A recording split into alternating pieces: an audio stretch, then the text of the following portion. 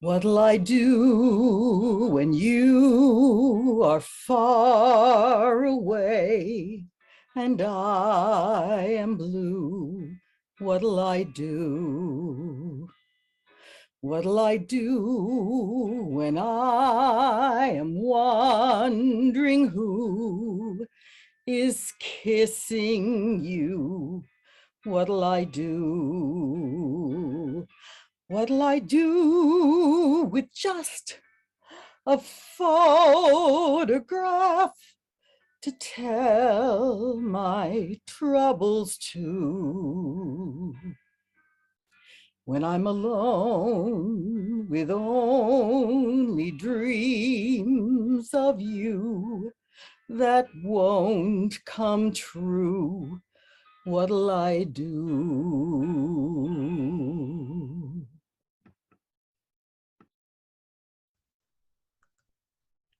So it's been a rough year. And I mean, it's been a rough year for a lot of people. But maybe say a prayer for your social butterfly friends because we are not okay. I mean, I don't know if you call me a social butterfly. I might be more of a social moth. I like to hang around in the corners at parties, clapping along with the music and drinking in the energy, quiet but present.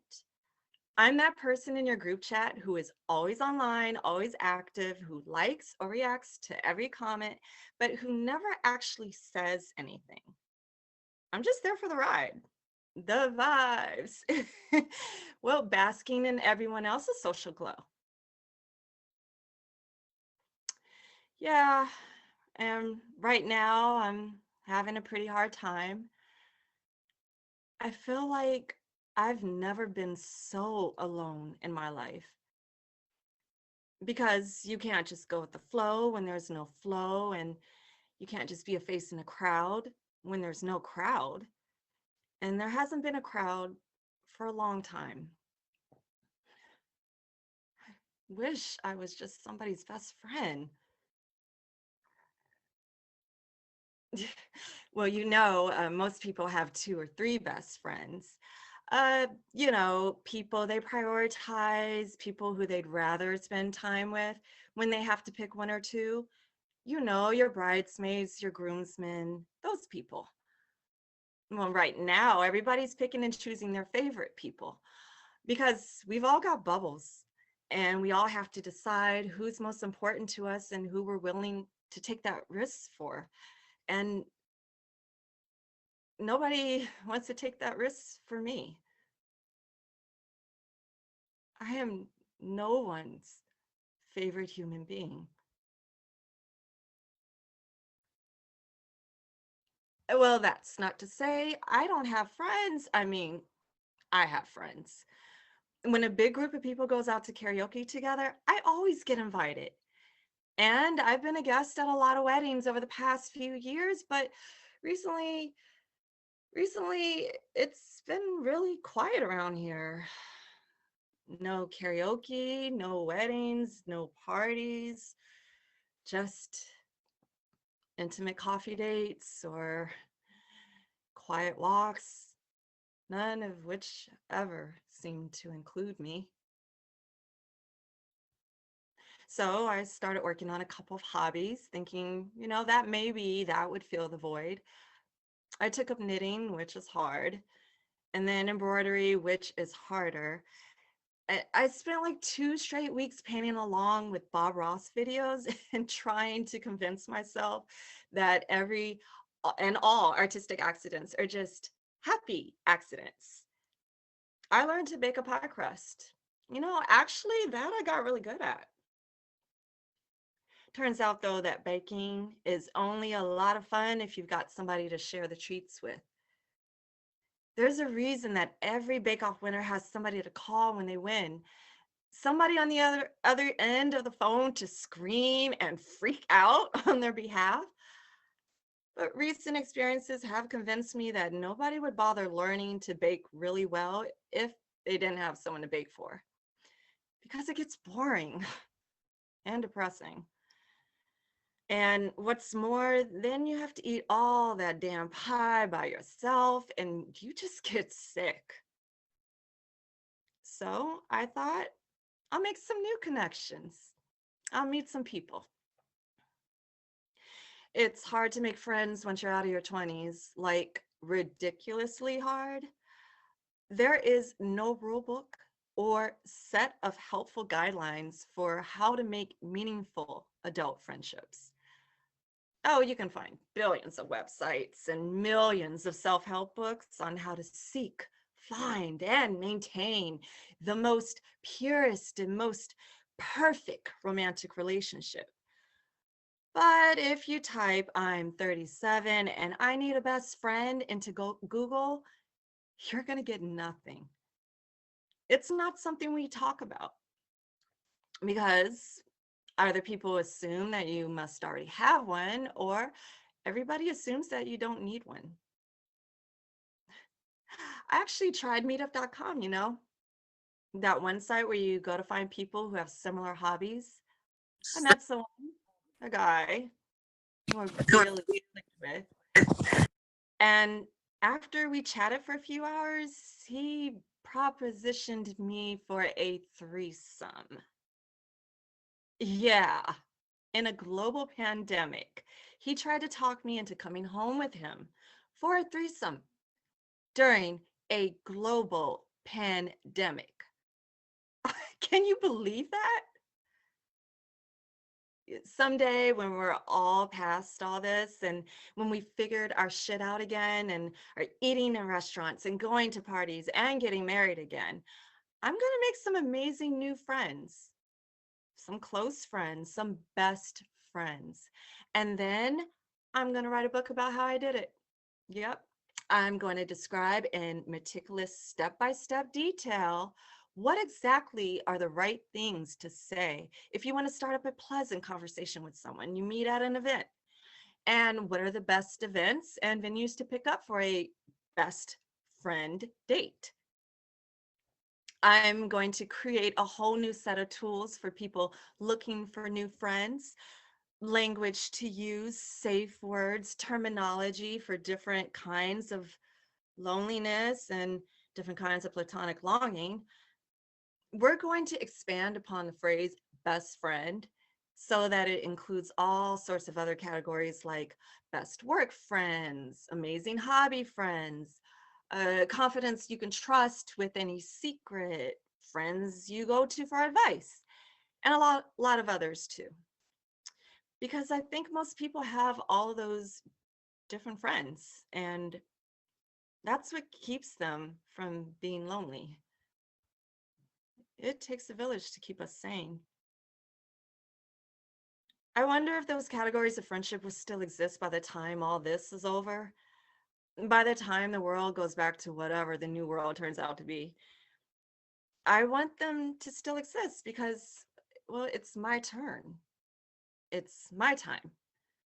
And this time I'm going to peel myself off the wall and try as hard as I can to make those connections so that the next time society collapses around us, I'll have somebody to just call up on the phone from home where I'm sitting in my pajamas with no bra, just so that I can say, hey, it's been a long day.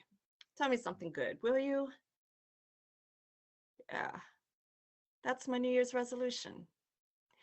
That's what I want out of what's next.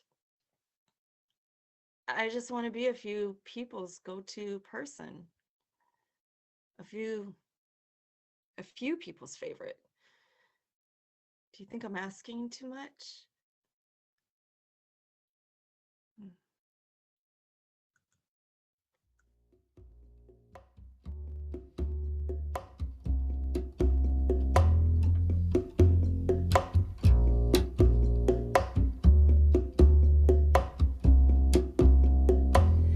If you were falling, then I would catch you. You need a light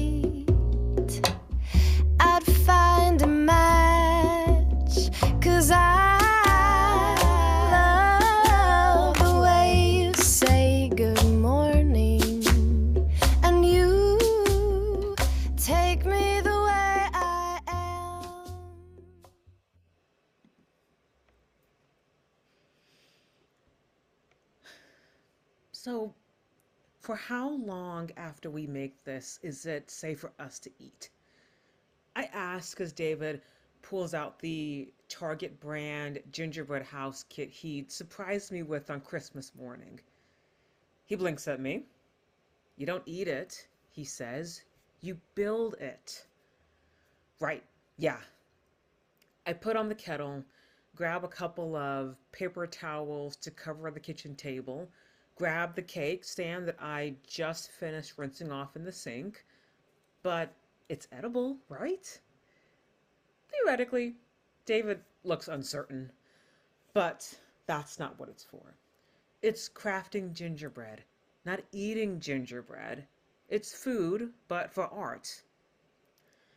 That, I tell him, plopping down into the kitchen chair that had once belonged to my mother and giving him a very, I happen to know a great deal about a lot of things, look over the tabletop, is a problematic concept.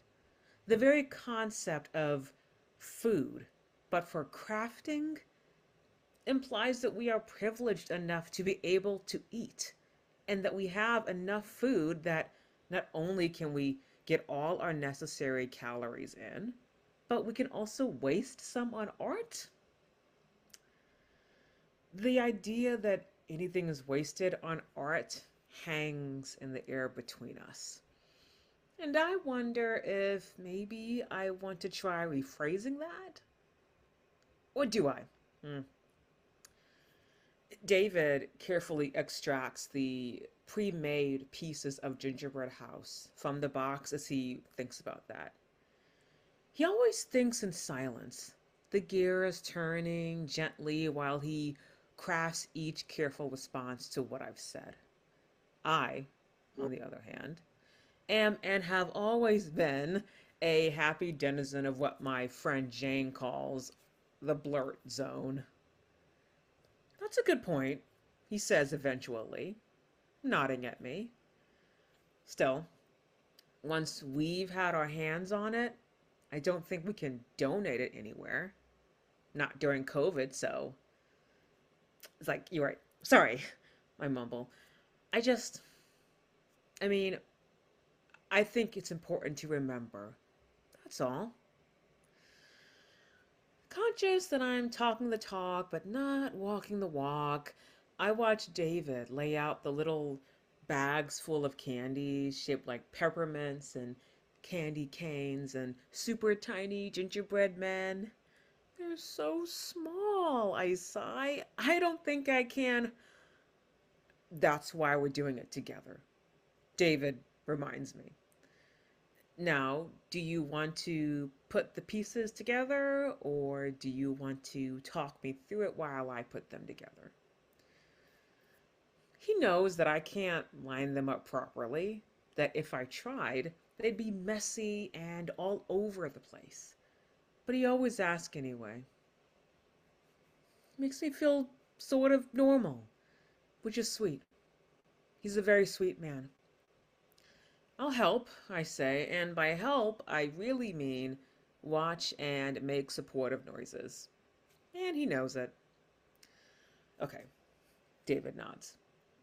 Well, I guess we can start by icing the edges of the base piece so that we can stick the sides of the house down. David is remarkably good with his hands, and he has incredible eyes. I don't mean that they're just pretty. I mean that he can use them to do all sorts of incomparable things, like paint the tiny black eye spots on the little ceramic narwhal that I made with him at the pottery shop, or do little spiral designs on the minuscule horn sticking out the top of his intensely complex miniature figurines. Okay, he says, once he's done with the house, do you want to do the icing? I shake my head. Can you make the icing on the roof look like little icicles are dropping down? I ask. I could try, he mutters. And for the next several minutes, he frowns at the icing tube, which really isn't designed for good detail work. By the time he's done, there are fat, albeit tasty, looking icicles dripping from the roof. I pick up a couple of the candy decorations and stick them to two of the icicles on the front. And he doesn't complain, even though now the icicles are just a little smashed. While he goes to the kettle to make himself a cup of tea, I very, very carefully take the tiny candies and press them into the icing on the roof. "I think that looks nice," I whisper. And he puts a hand on my shoulder, then kisses the top of my head. "It's great," he assures me. "Looks gorgeous. Do you want to do the other side?" When he spins the house around, I see that he's already drawn big loopy windows and pretty decorations and icing on the door, leaving me plenty of space to stick the candies. I get excited, then creative, and soon the entire house is covered in little candies. It looks a little bit like a toddler's sense of style exploded all over this art project of ours, but at least it's very colorful. "What do you think?" I ask, slightly embarrassed that I've ruined the careful detail work he did with the icing. I love it. He reaches over the table to hold my hand, then picks up one of the tiny candy canes and adds it to the door. "It's a doorknob," he says, to make the house accessible. This is the first time I've ever made a gingerbread house. Even though I've always loved looking at photographs of the ones that my friends and sister-in-law make each year, I'm Jewish, but like so many good Jewish girls married to Goyish boys, I adore Christmas. I love the shiny lights and the delicious smells and the decorations and the way everything looks a little bit like a shiny new toy. But I've never made a gingerbread house because every piece of visual art I make by myself looks depressingly like a dumpster fire. "Let's not eat it," I tell him. "It's too pretty to eat." He laughs. "We aren't supposed to eat it," he reminds me. But then he picks up a little chipped piece of gingerbread off the table and pops it into his mouth. "It's not bad, though," he admits. "Want me to make you some cocoa?"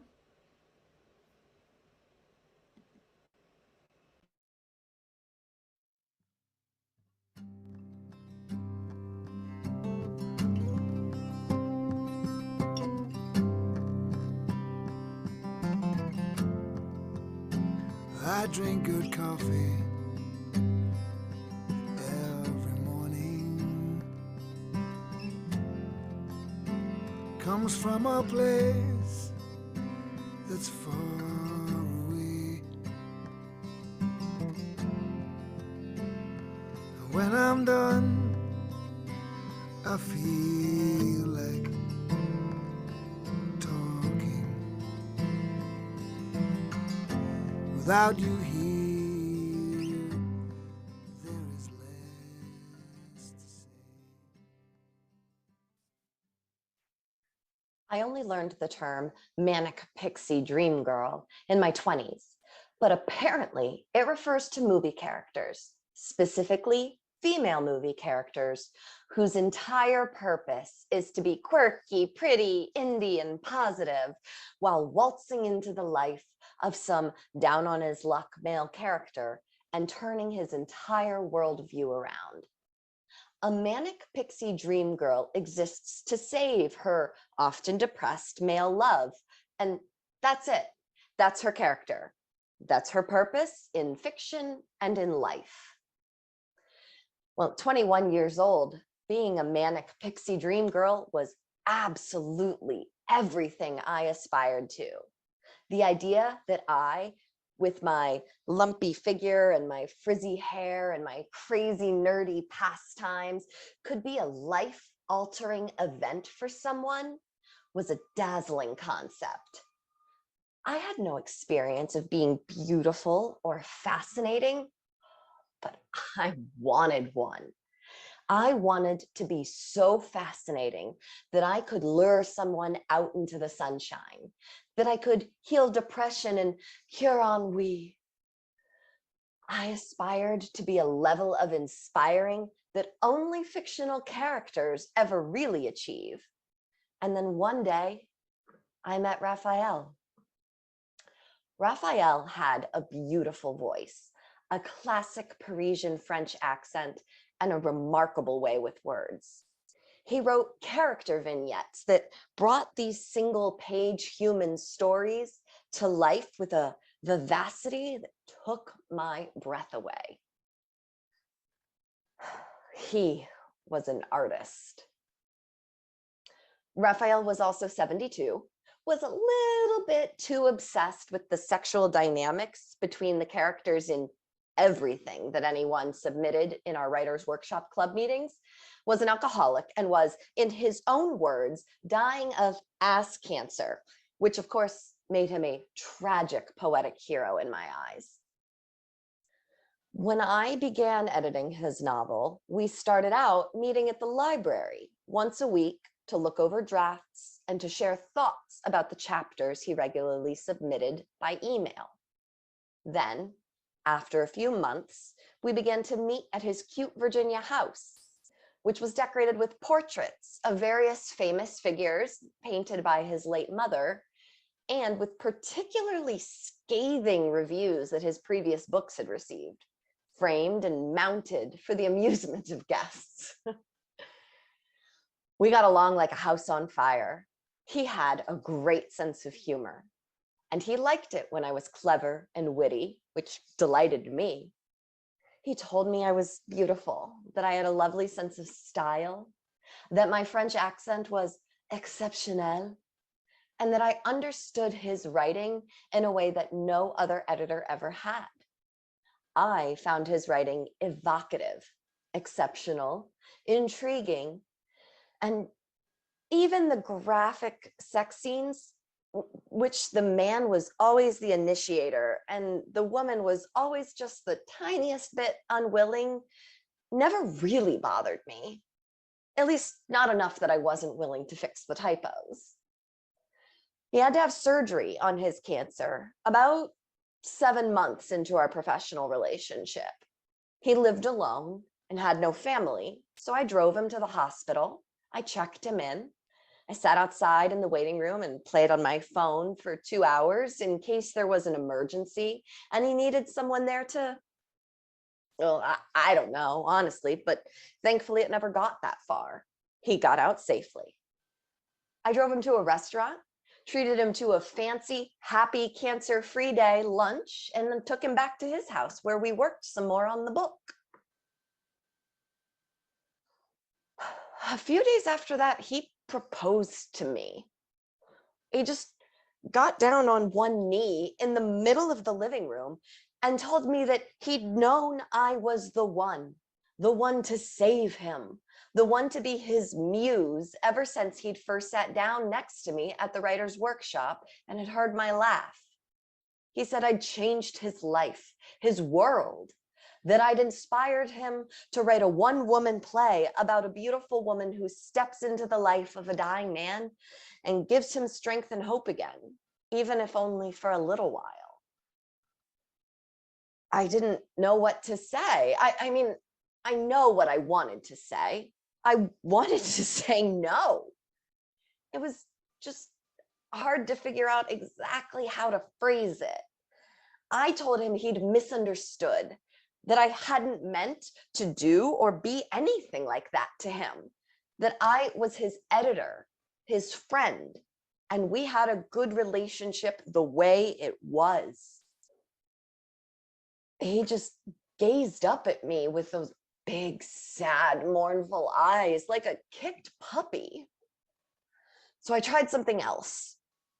I told him that I could still help him. I could still support him, could still be a part of his world and help to make him feel happier and safer, more alive, even if I was only his friend, even if we didn't get married or date or romance, because I did not want any of those things. I did not love him the way he wanted me to love him, I assured him, but he said, and I can still hear the sadness in his deep, delicate European voice.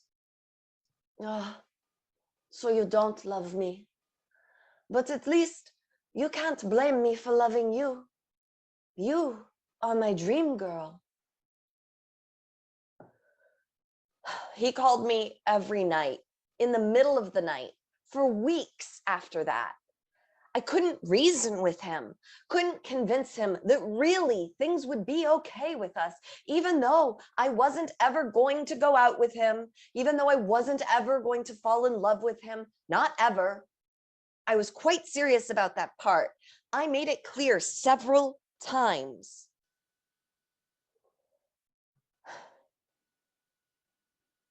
Eventually, I had to block his number. When he began showing up outside the door to my apartment unexpectedly, I ultimately had to call the police. The last time I ever heard from him, it was in the form of a package delivered to my door, which contained a plush narwhal wrapped in sex scenes from every book he'd ever written. Yeah, that's right. He wrapped a stuffed animal in erotica as what? A farewell gift? I'll never understand what he thought that would achieve. This story doesn't really have a moral, except that men are very strange sometimes. And manic pixie dream girls belong in the movies where life is easier, simpler, and safer. They'd never survive in real life. They're like fantastical creatures, narwhals or dragons or something. And I am not, and never will be, one of them.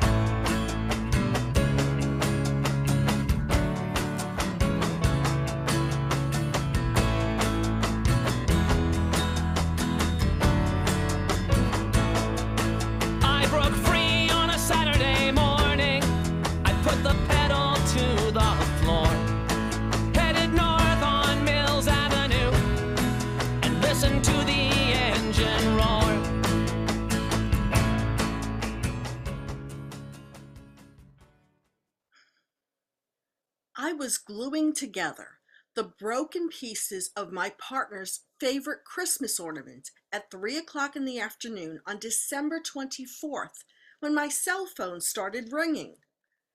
The floor was covered in tinsel, open boxes, and spools of wrapping paper since this morning had been the first time I'd had a few minutes to myself to put up the damn Christmas tree.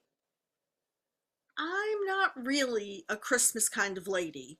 It's not really my thing. But you should see the way my family's eyes light up when they see that thing all dressed up and ready for the holidays. So I do this every year, and I don't exactly hate it. Actually, I was kind of looking forward to everyone showing up on Christmas morning and being dazzled by the decorations. That's the fun part, really. Well, it took me a couple of extra seconds to climb over the holiday explosion all over the apartment floor, but I did manage to get to the phone just in time. The call was coming from a number I didn't recognize, so I put on my smooth, all business, all charm voice, just in case it was something professional or promising. "Hello?" I asked. "Hi, this is Danielle." The guy on the other end of the phone sounded totally harassed, like he was in the middle of a pretty bad day. "Thank God I got you. We need you at the theater tonight." "You what?" I blinked. "Sorry, who is this? I don't..." "It's Chris," said, Chris. Sorry, Chris Bideker from the Winter Garden. "Can you be here in 20 minutes? We need a fairy godmother for Cinderella, and our girl Katie is out." "Chris," I said carefully, "I am so glad you called, but I'm in Maine. I live in Maine now." "You live in Maine now," repeated Chris in a desperate whisper, starting to sound like he was on the verge of a panic attack. "Shouldn't you be calling Katie's understudy?" I asked gently, wondering if maybe poor Chris was losing it a little bit. I remembered him vaguely. We'd worked together on Cinderella when I'd understudied the fairy godmother maybe 4 years ago. Seemed like a nervous type, but sweet. I felt bad for him. I also hadn't worked for the Winter Garden since my run in Cinderella, so this call wasn't exactly making a lot of sense. Not that I wasn't flattered that he'd remembered me. "Can't," mumbled Chris. "Understudy tested positive for COVID this morning. So did the swing who would have stood in for the understudy. So did the standby." My jaw dropped open. "You're shitting me," I muttered. "Holy crap, that's not..." "Please, Danielle," begged Chris. "I'm looking at flights right now. I can get you booked on one in the next 10 minutes, and if you can leave right now for the airport, we can get you here before the show." I looked at the clock. It was just a little after 3:15. If I did this crazy thing, I'd be cutting it insanely close. "Why me?" I asked, because that was the question that pushed through all the others and made it out of my mouth first. "Chris, I haven't played this part in 4 years. I have no idea if I'll be able to pull it off." "Danny," this time Chris's voice was deadly serious, his business voice, like he meant it. "Do you remember the part?" I nodded, then remembered that he couldn't see me, and choked out, "Yeah, I think so." "Then we need you," he said. "You were one of the best godmothers we ever had, the quickest learner, the most graceful, with the most personality. Do you know how hard it is to get an actor to fuse some damn personality into this cookie-cutter role? You did it. You did it better than any lead we ever had. And Danny, you're what we need right now. The show is in trouble. Broadway is in trouble. And everyone's jobs are in trouble. And the house tonight is sold out. And you will not only save the show tonight, you'll bring the morale. And we need the morale. We need it more than I know how to express. I'm pleading with you. I will pay you out of my own pocket if I have to, if that's what it takes. But please." "Okay," I mumbled. There was a brief silence on the other end of the phone. "Okay?" asked Chris, sounding slightly incredulous. "Okay," I agreed, feeling more than slightly incredulous. "Okay, when's the flight? I'll leave in 5 minutes." "Oh, thank fuck," gasped Chris. "I'll text you the flight information. Don't put down your phone." Then he hung up, and only seconds later my phone buzzed with a text from him listing everything I'd need to get to Broadway somehow by 7 o'clock that night. I had a lot of shit to do, to grab, to pack, and I had to do something about my hair really quick. But before any of that, I had something more important to take care of. trying not to let my hands shake in anticipation of the crazy adventure I was about to have. I picked up the pieces of the broken ornament again, carefully finished gluing them together, and then set them down slowly on the newspaper I'd put out for the occasion. Then I rushed into the bathroom to clean up and grab my stuff. Broadway had called. Literally. My time had come. I was about to become a real-life fucking superhero. And maybe, if I was really lucky, I'd still get back in time to see my family enjoying the Christmas I'd made for them. If not, at least they could send photos.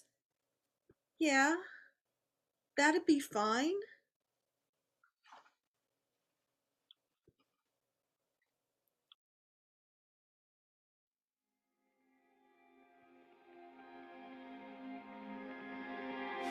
Cheeks are rosy like a boucher cherub. I'm a strawberry soda. Raise my lashes to heaven. Stars in my hair running like a waterfall. Clouds in the whites of our eyes, we saw it all. Burn me at the stake, you thought I was a witch.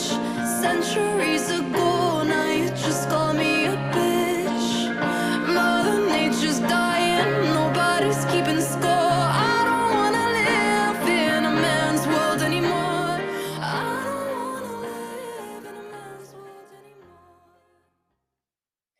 And now, esteemed audience, the moment you've all been waiting for, the moment when we answer one of life's greatest, most troubling questions. Can men and women really be friends? Okay, so the answer to that question is obviously yes, but let's break that down a little bit so that it really is a troubling conundrum. Can cis-het men, specifically cis-het men, ever sincerely engage in friendship with women? And listen, when I'm talking about true friendship, I'm talking about that feeling, the real feeling of connection you get with another person that draws you to them, that makes you want to stay up late into the night chatting with them about anything and everything, no matter how tired you are. I'm talking about that feeling that has you sending someone text messages from the road because you passed a giant foam cactus or a road sign with a silly saying on it, and the moment you saw it, you thought of them and how much it would make them laugh. That feeling that convinces you that you love this person, that you value this person, but that under no circumstances do you ever want to sleep with this person. You do not want to make out with this person. You are not seeking romantic or sexual gratification from this person. You know, friendship. Can a cisgendered heterosexual man ever have a friendship with a woman? If you are already offended that I'm even asking this question, great. So am I. I'm offended that the answer isn't as obvious to me as it used to be. I'm offended by my doubts, and I'm offended by the amnormative culture that makes this a question in the first place. Let's be offended together because, yeah, it's a fucking offensive concept. The concept that cis-het men might only be interested in women for sex. I hate it. I hate every single thing about it. But I'm still asking it because after more than 30 years on this earth, I've yet to find a satisfactory answer. Lots of men in my life have tried to answer this question for me. There was the groomsman at my wedding, a close friend of mine and my husband's for 5 years before we got hitched. He assured me time and time again that cis-het men could be friends with women. And not only that, but that I was one of his closest and most important friends. Then, shortly after the wedding, he asked me if I wanted to make out with him in his car then suggested that he and his wife were actually in an open marriage. You know, in case that information interested me. When I decided I was ready to end that friendship, he couldn't understand why. To this day, he still messages me now and then to remind me that I am one of his most important friends. Yeah, okay, buddy. You were literally my husband's groomsman, and then you tried to hook up with me in your car, but sure, we're super tight. Anyway, then there was the guy I met in my 30s. The divorced dude who became one of my best friends for months until he repeatedly tried to grope and kiss me and do all sorts of other things that I'd rather not discuss just at the moment. Whenever I came to visit him, I started wearing like baggy t-shirts and overalls, and one day he made a pass at me. And I asked him, what the fuck do I have to do to not be sexually attractive to you? So what he told me that I'm actually not all that sexually attractive. That it's got nothing to do with sexual attraction, but that instead it's all about opportunity and closeness. He told me, and I will never forget this. He told me that because we're such close friends, it feels to him like I'm the best opportunity he has for sex. And so that's always in the back of his mind.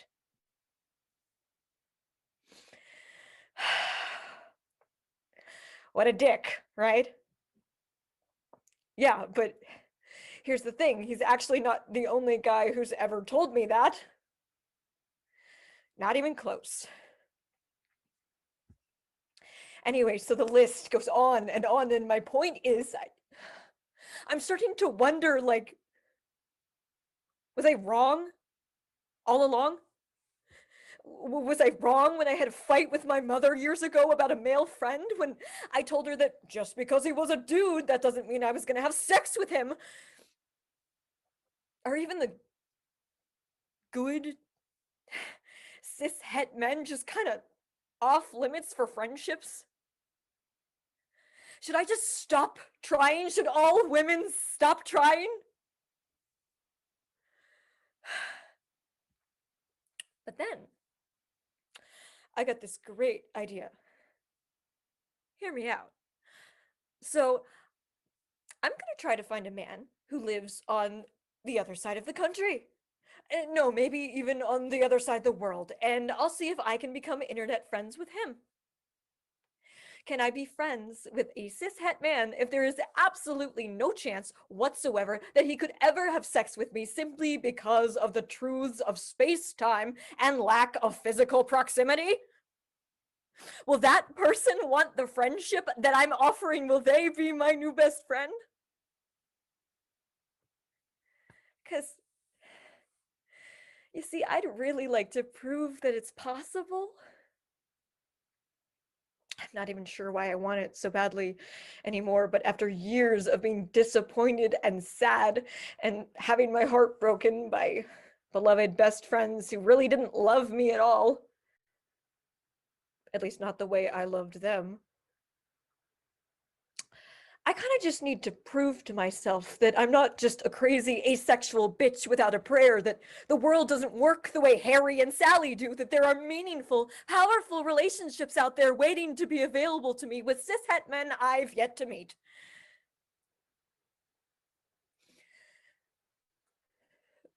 But I'm kind of sick of the experiment. I am sick of what I'm rapidly, angrily coming to believe is the truth. That no, sex is king and friendship is impossible. That any tie I try to create with someone who wants to sleep with me is going to be flimsy and valueless and laughable.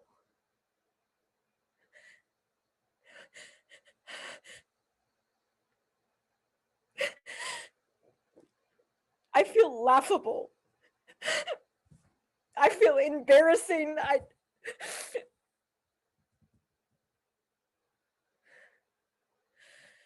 I'm exhausted.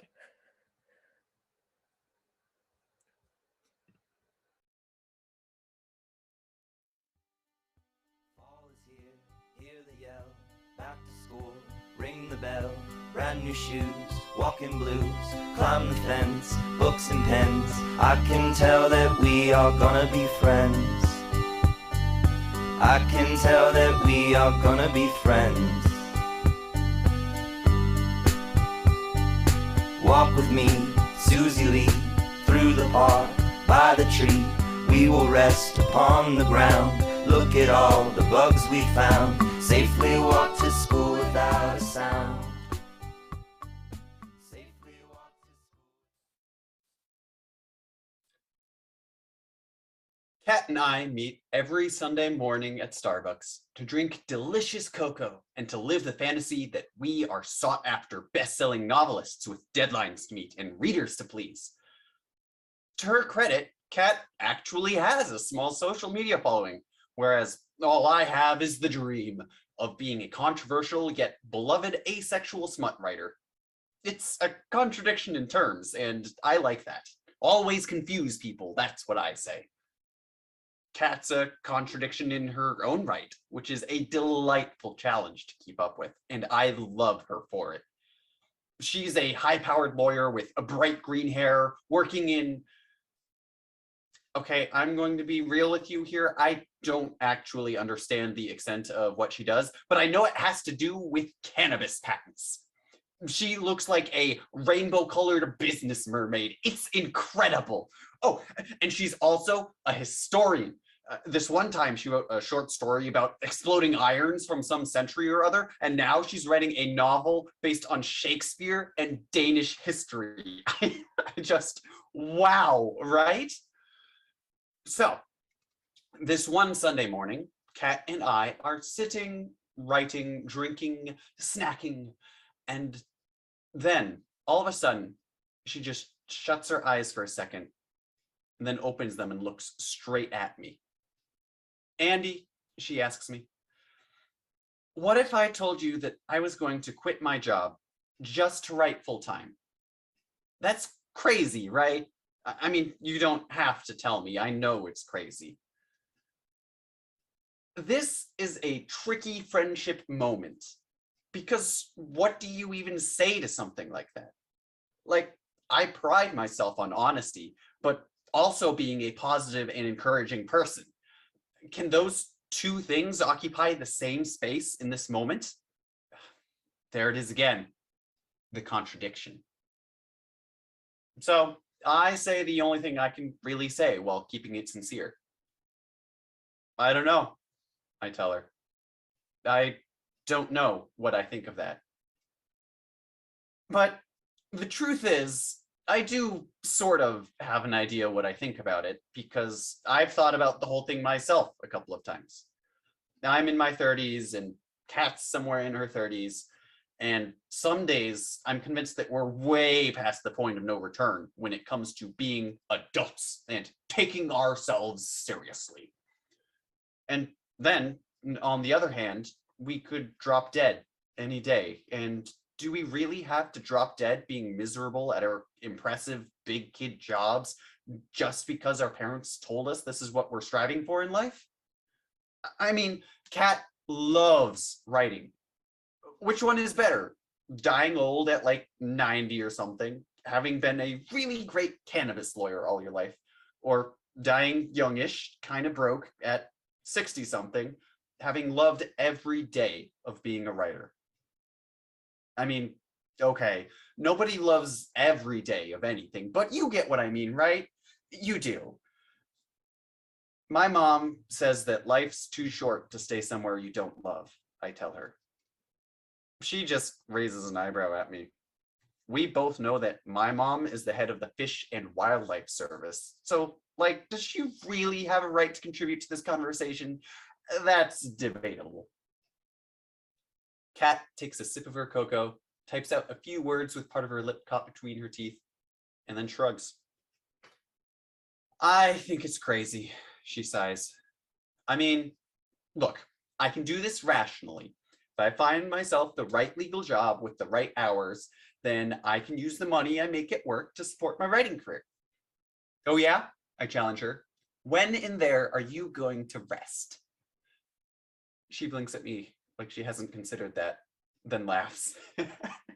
Oh, come on, she says. But I know her better. Kat doesn't like to rest. On her Christmas vacation, she stressed out that she was watching too much TV with her in-laws instead of reading more books. Then again, was that really her refusing to rest? Or just freaking out about the fact that nothing feels restful anymore? Can the ideas of goals and rest exist in the same brain, in the same human being, when we're all also just kind of trying to survive? You're allowed to rest, I tell her. But the words are hollow and stupid because she knows that and I know that, and it's not like either of us is contesting the point that we're human beings who need rest. It's just that there isn't time to do all the things we want to do in life while also making times for things we need to do in life. And the truth is that life feels like it's getting shorter every day. So there's less and less time. The woman at the table next to ours gives us a significant look. And I realize that we've had our masks off for way too long. We should finish up, I tell Kat, chugging the last of my cocoa and slipping my mask back over my ears. Probably isn't a good idea to sit here for too long. Same time next week? Yeah, she agrees. Yeah, good timing. I need to get home to Jack. He wasn't feeling well when I left this morning, and you know how he hates it when he has to be sick alone. He has a cold, I tell her, rolling my eyes. But I'm not really annoyed with him, because any of us could drop dead at any minute for any reason. And it's not that I'm paranoid about that, but also yesterday I was sitting on the floor surrounded by my friends, all watching some stupid comedy show on TV. And suddenly I had to choke down some tears because I had this bizarre wave of realizing that something could happen to one of us, to one of them at any moment, and that I wouldn't be able to do anything about it. Life's too short to do something you hate, but like you don't want to make it any shorter, right?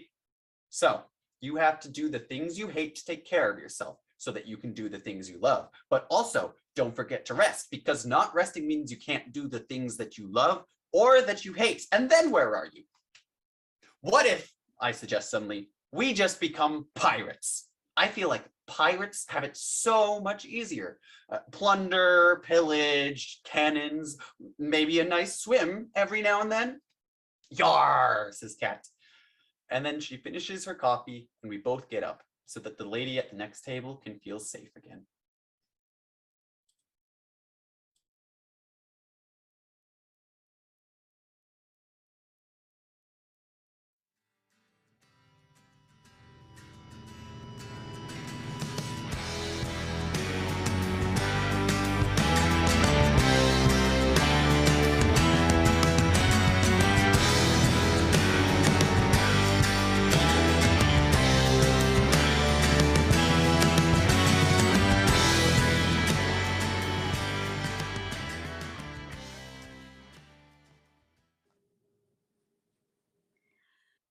I'll never forget the evening that Elena Laney Day strode into our black box theater with her blonde hair piled on top of her head, wearing a cute little leopard print dress that hugged all her curves and had a tasteful frill at the top to cover the girls.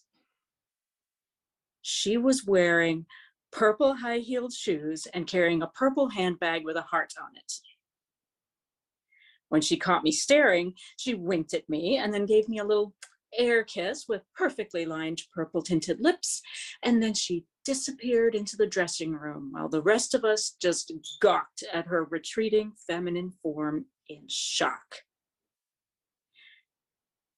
She looked incredible. And that million megawatt smile of hers, a smile we'd never seen turned up to that intensity before, could have knocked anybody dead on the spot. We weren't shocked that she was looking good. That wasn't it.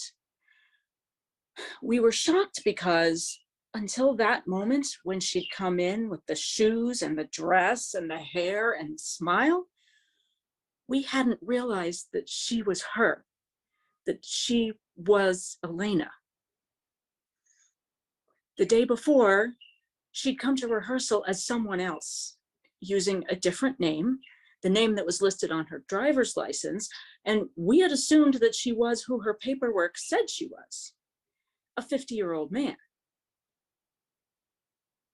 Now though, now that we had all seen the joy and the comfort in her own skin and the confidence on her face when she'd come in wearing that dress and those shoes, we realized that we had been wrong the whole time. This person in the leopard print dress with the cute purse, this was her, really her. Later that evening, we got to meet her properly. She introduced herself again, told us that she was Elena, or Lainey to her friends. She assured us that we were her friends and that not everybody else in her life had really met her yet. So that even though some of us wanted to scream and shout with delight and throw her a big old party to welcome her all over again, we had to keep it quiet until she was ready to introduce herself to the rest of the world. 3 days later, we opened a stunning production of Shakespeare's Macbeth with a bigger budget than this company was used to, and we sold out on opening night. The house was full of friends, family, and strangers, and every single one of those people got the privilege of seeing Elena Lainey Day walk out on stage, wrapped in a black sequined and feathered floor-length gown and wearing a black feather crown on her head. Her eyes dark and sunken, her lips dark and luscious. The woman was an unspeakable bombshell as Hecate, goddess of magic, darkness, and spells, the deity to whom the three witches of the opening scene dedicate themselves and their dark arts. The audience was spellbound by just her figure and her presence, but when Elena opened her mouth to speak the single speech that Shakespeare gives Hecate in the play, a voice came out of her that was like nothing we had ever heard from her before. I had worked with Elena on lots of shows. I had seen her as Capulet, as Angelo, as Dogberry, and she was a good actor. Her diction was excellent, her movements were clean and controlled, and she was always in the moment, no matter what role she was playing, but this was different. Elena stood there in her light, in her role, in her moment, glowing in her gown and in herself, and she was breathing a life into this tiny little throwaway part that sucked all the air out of the room, until the only thing you could hear, see, feel was her and her powerful, magical, exuberant being. Holy shit, I thought. Holy shit. This is the first time she's ever been on stage as herself. This is the actor, Elena Day, playing the character of Hecate, not the actor Elena Day playing a character who's playing another character. The extra layer standing between Elena and her character had finally fallen away, and this was really all of her and what she was really capable of giving to the role. Like I said, I'll never forget it. I wish you'd seen it. I wish you had seen her Hecate.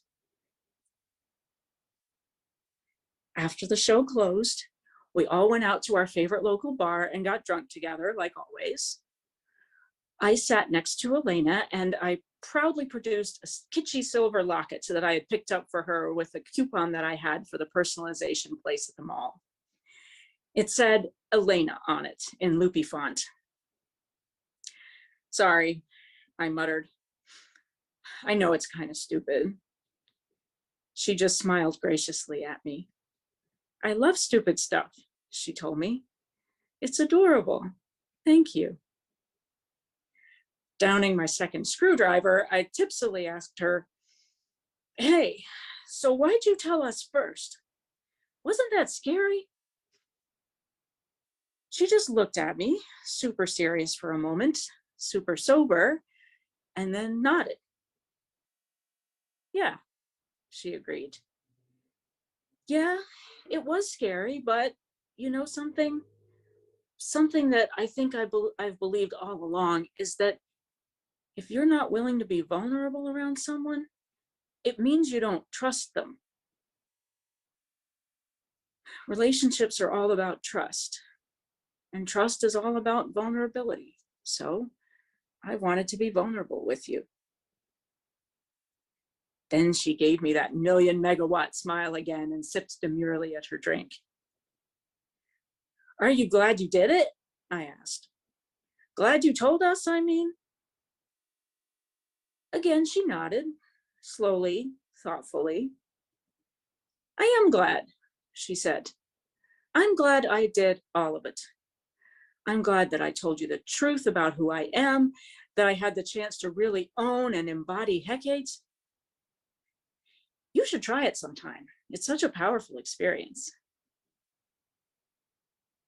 I have no idea if she was saying that I should try playing Hecate or that I should try being vulnerable, but now, years later, sometimes when I'm having a tough time deciding if I should trust someone or be the real me with someone, I think about that black gown and that brilliant smile, and I try just a little bit harder for Elena.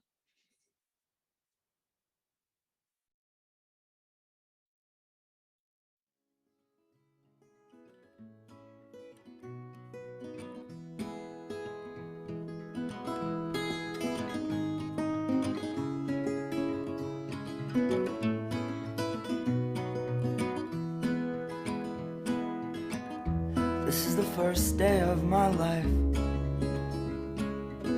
Swear I was born right in the doorway. I went out in the rain, suddenly everything changed. They're spreading blankets on the beach. Yours is the first face that I saw.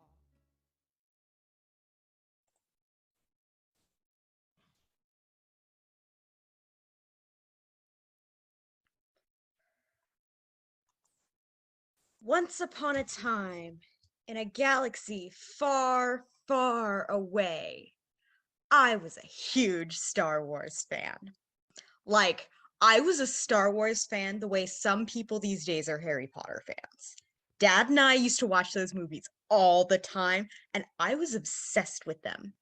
I learned to play all the Star Wars music on my clarinet. I took regular monthly trips to the Air and Space Museum in DC just to see the Star Wars movie exhibit when it was there. Did I read the Extended Universe books? Oh, heck yes! Most of them. All the ones my local library had during the before times. When I was stuck in the hospital for months, healing from a brutal car accident, I listened to the radio plays of the original Star Wars movies over and over and over again with my eyes closed, mouthing along the words with the actors. I knew those scripts by heart. I was a big fan. Now let me be very clear about something. I think I have always believed in my heart, without any shame or consternation, that the original Star Wars trilogy movies are kinda, well, bad. The dialogue is terrible. The story is borrowed from 100 other places, but you know what? They were brilliant in that they were bad, but also fun and delightful and uplifting, and they made you feel good. And any bad movie that makes you feel good is a worthy piece of art in my book. So I love them. And still love them to this day. And then, of course, there is Princess Leia. Princess Leia was the kind of girl that I wanted to be, the kind of woman I wanted to become. Not only was she fiercely beautiful and regal, but she was loyal and protective. She was dedicated and powerful and loving and willing to sacrifice for her people and for her loved ones. And that was heroic on a level that I hadn't seen from any female character before. I adored her. And there was something else, too. Princess Leia got a happy ending. Even though she was a fierce, unapologetic woman who threw herself into the fray with abandon and force, she got her happy ending. She got to ride off into the setting of those two iconic twin Tatooine suns with their closest friends in the world by her side. And that meant something to me. I'm not even sure how to explain what it meant to me. Maybe that's something that can only truly be articulated by the 10-year-old girl I was when she and I first met, but the idea that Princess Leia got to live happily ever after made me feel good. And feeling good made me want to watch the movies over and over again and feel good over and over again until Princess Leia and I had a very solid and secure relationship. I adored her. She saved the day. We both walked away at the end of Return of the Jedi feeling powerful and positive and like there was a good future ahead of us. Well, I think we all know what happened next. If you don't know, please walk away now because I could be about to ruin your life. Disney got a hold of the Star Wars franchise and they made 3 new sequel movies. And poor Leia had to watch the 2 people she loved the most, Han and Luke, be slowly killed off by the Disney shock marketing machine right before my eyes. And then it got worse because of what happened to Carrie Fisher. Carrie Fisher, the unsinkable actor who'd over-portrayed Princess Leia in every movie, the woman who'd overcome everything, who'd been loyal and loving and powerful, and who had been a voice for those of us suffering from mental health and trauma. Carrie Fisher, who cheerfully told the universe to fuck off on a regular basis, and who was a beacon of light and hope and positivity for all of us who really needed that magnificent heroine. Carrie Fisher died of a heart attack at age 60.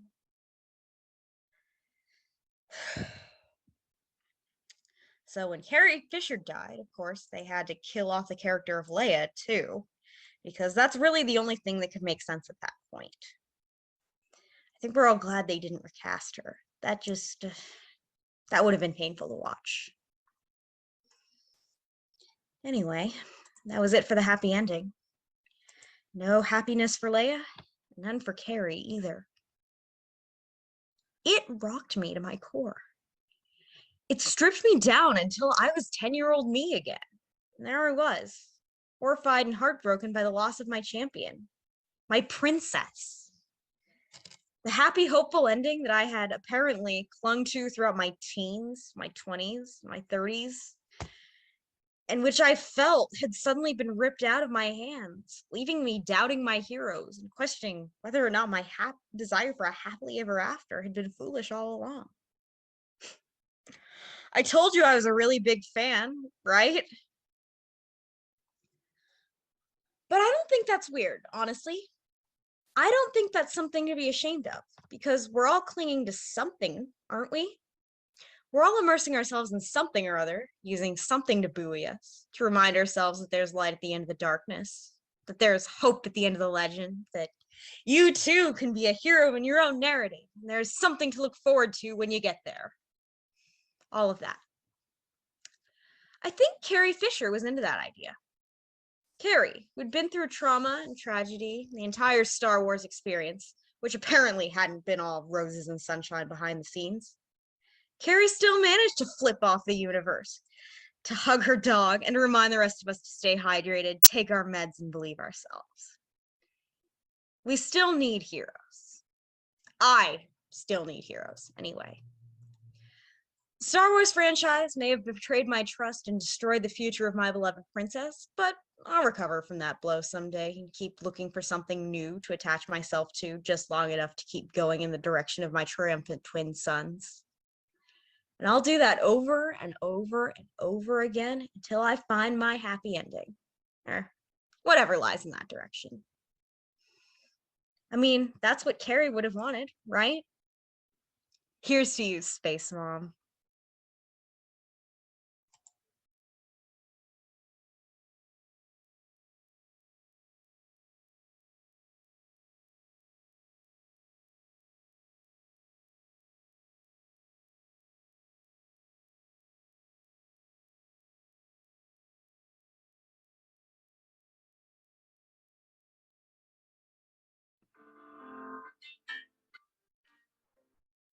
Look for the silver lining whene'er a cloud appears in the blue. Remember, somewhere the sun is shining, and so the right thing to do is make it shine for you. A heart full of joy and gladness will always banish sadness and strife. So always look for the silver lining and try to find the sunny side of life.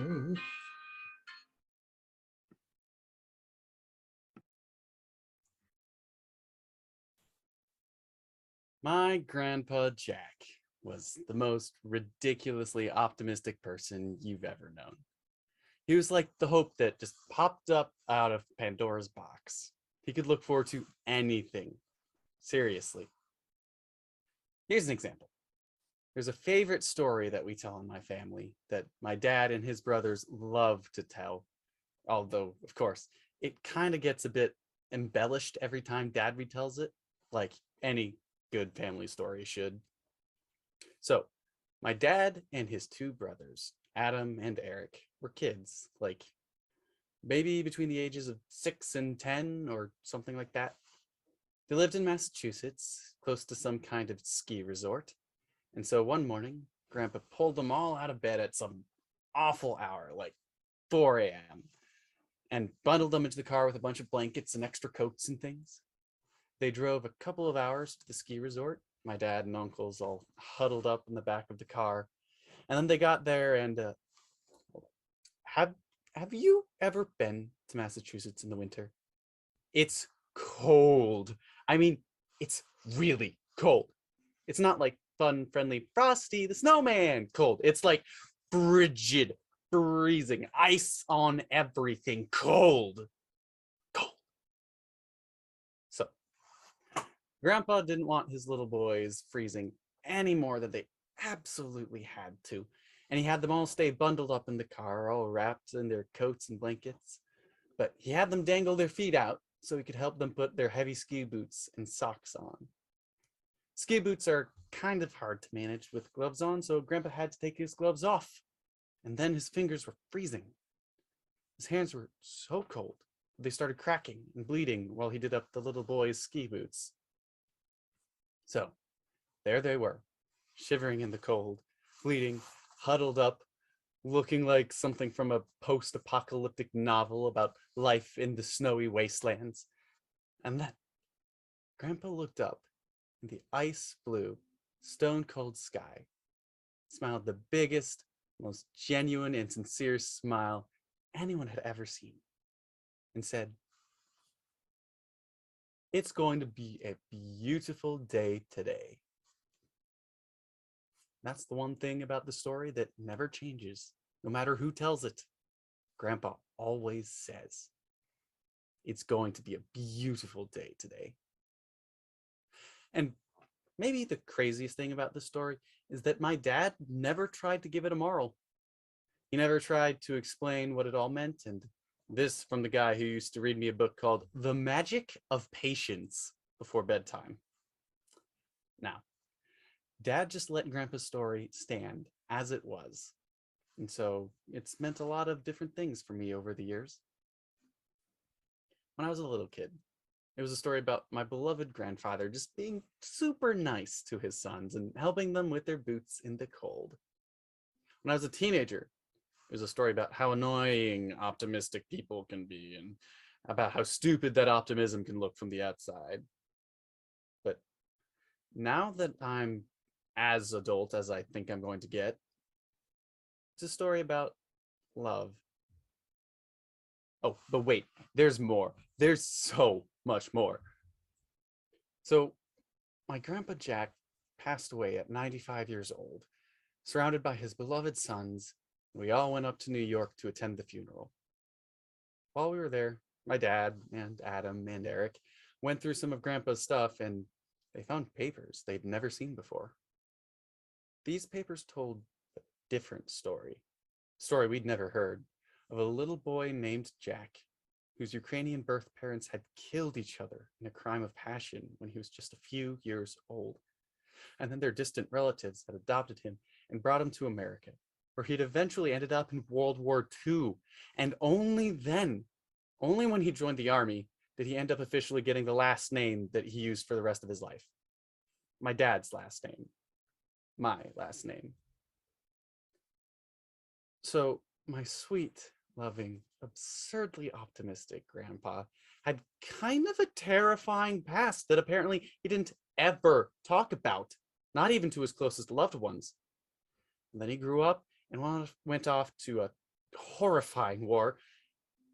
And then he turned into the guy who looked up into his sky full of frigid horrors and said peacefully, "It's going to be a beautiful day." I'm not going to explain to you what I think the story means. I'm not going to put a moral on it or turn it into the magic of patience, but maybe if you think about it, it'll mean something to you too. And that's what stories are for and why we continue to tell them.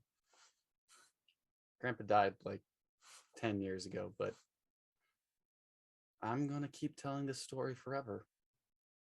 They say nobody's really dead until the last time you say their name, so I guess he'll live forever with me. And now with you.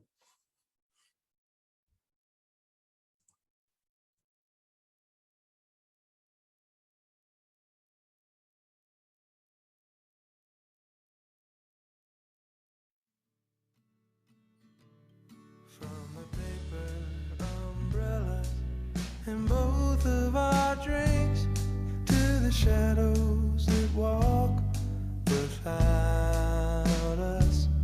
My account of the details is as clear as you think, kept up by friends that still ask about us. If our lives were a movie, if our lives were a book, it'd be longer than I'd recommend. 'Cause if you're telling a story, at some point you stop, but stories don't end.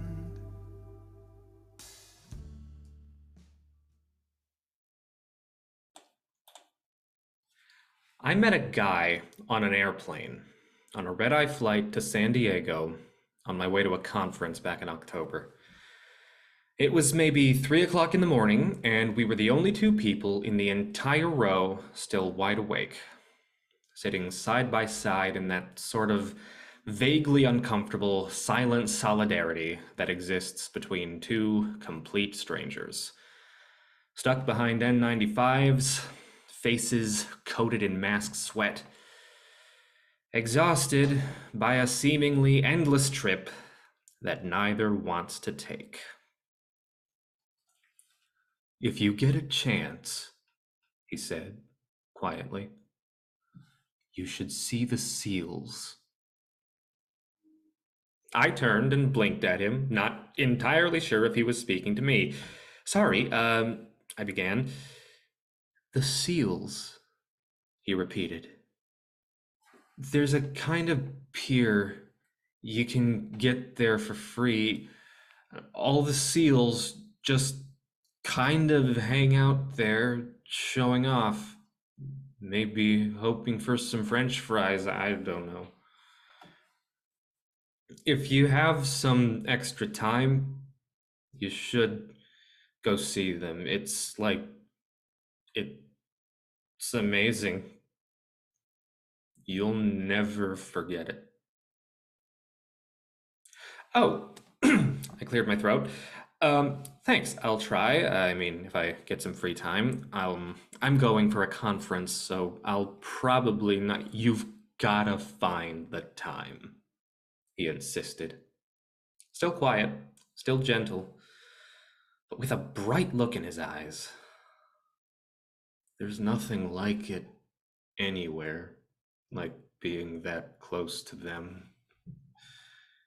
Do you like animals? I love them. I'm an aquarium technician. You know what I mean? Like, I hook up the filters and the equipment in the tanks at the Birch Aquarium. That sounds fascinating, I told him politely. It is, he insisted. But only because I get to spend time with the fish and the octopus and I wanted to be a marine biologist, but who actually becomes a marine biologist? So I'm a technician.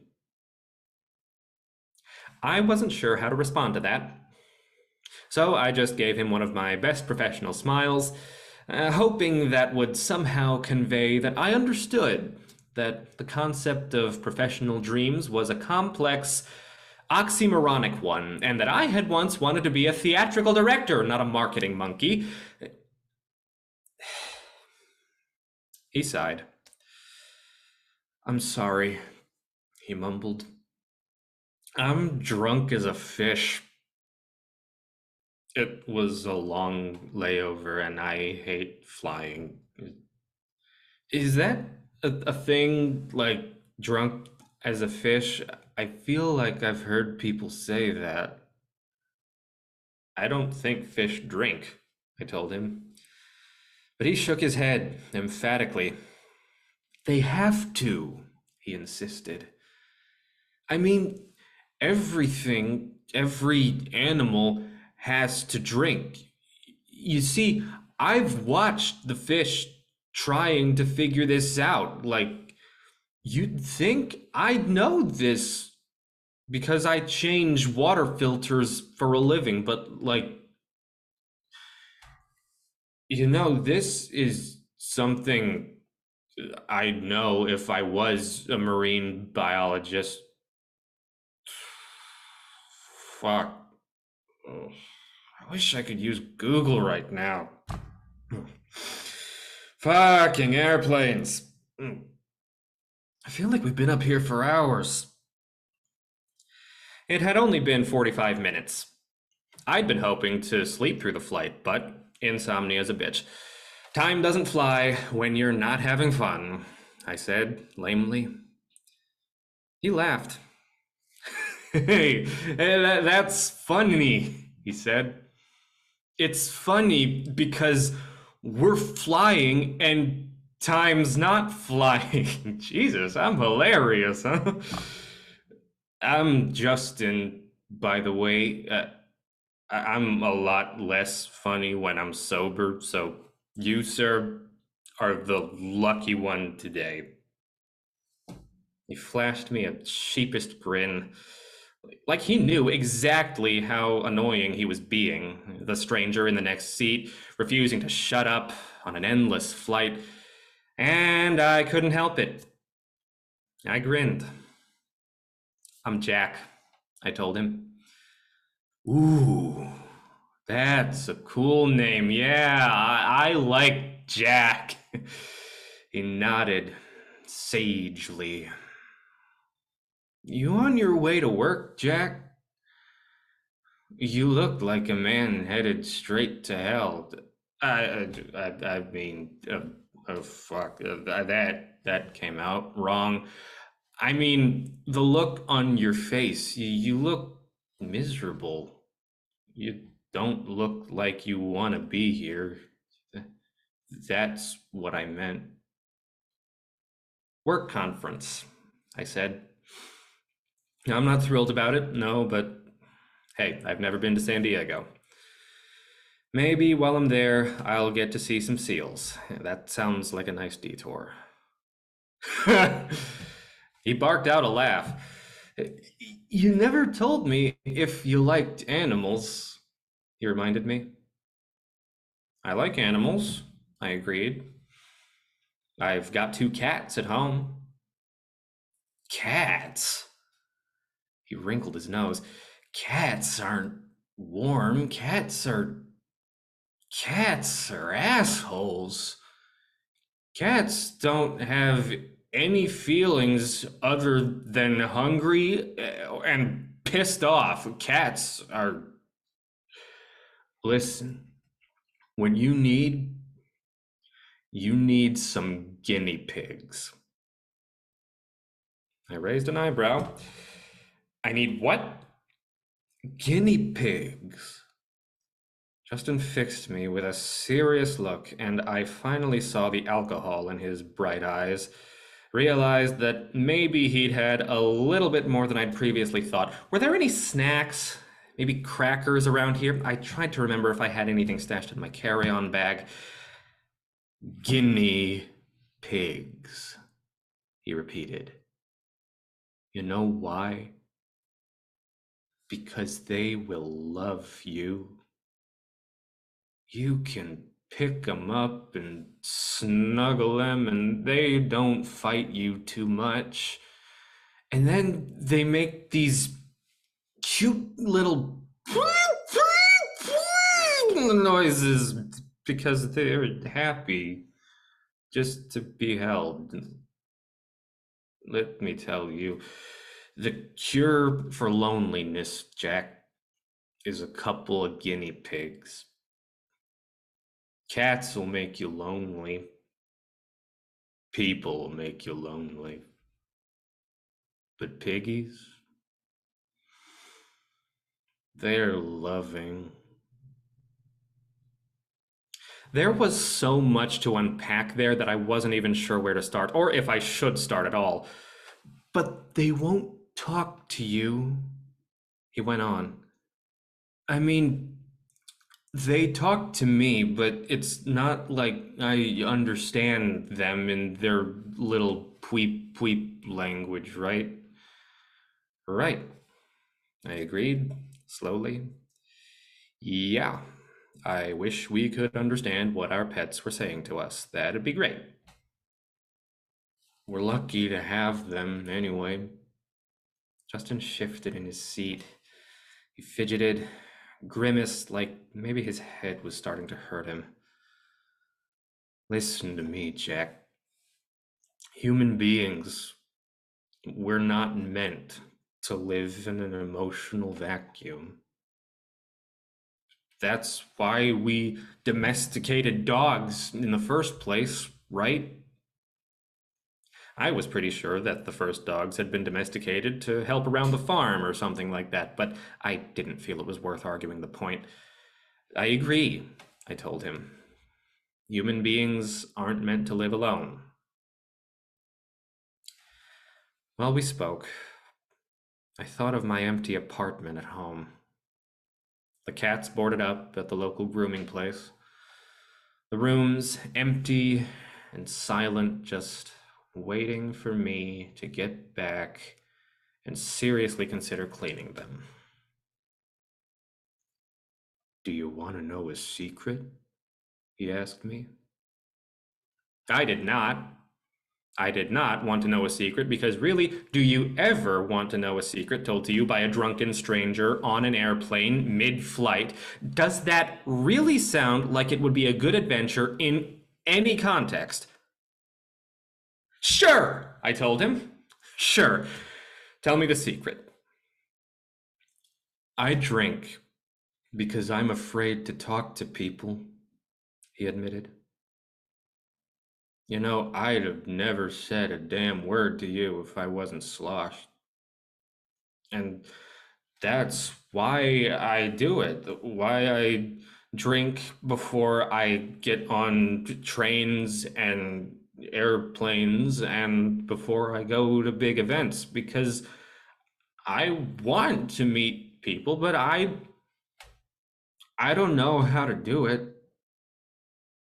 Like, I know how to talk to my pigs, but who the hell teaches adults how to talk to each other?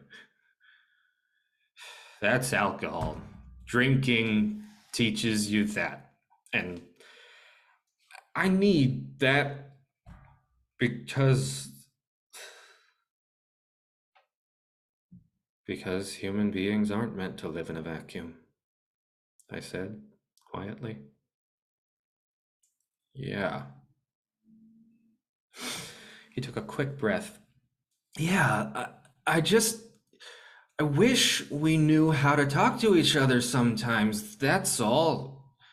You know, without the drugs. I wish I'd be sitting somewhere and somebody would just lean over and say, "Hey, man, I just wanted you to know that you've got permission to talk to me if you want.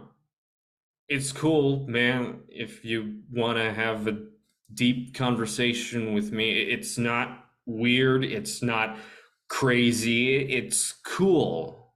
Let's learn about each other. We're gonna be on this fucking planet for a while, so we've got time to kill. So do it. Hit me. Tell me something weird about you."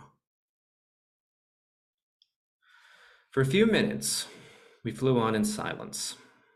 While I thought about that, trying to remember if anyone had ever said to me, ever in my entire life, that it was okay to get to know them. That I had permission to make a connection. That there was nothing weird or unsettling or unwelcome or intrusive about the desire to bond. "It's okay," I said quietly. "Justin, you have my permission." Huh? Justin blinked at me, looking genuinely surprised. "I'm giving you permission to chat with me," I repeated, a little louder this time. "Let me tell you something. When I was in college, I wanted to grow up to direct Shakespeare plays. Now, I put together marketing graphics for social media at one of the biggest theater companies on the East Coast." "Shit," muttered Justin. "Well, shit, I hate it." Yeah, I agreed. Shit. "So what made you want to be a marine biologist? Come on, tell me. I want to know. We're gonna be on this plane for a while, so tell me. Tell me something weird about you."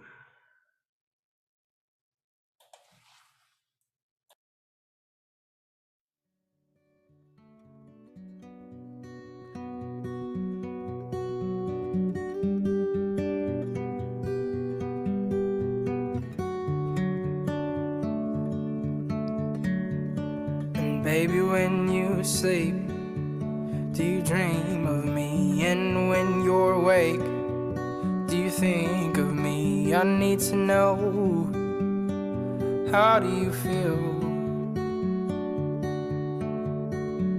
'Cause baby, when I sleep, I dream of you. And when I'm awake, that's all.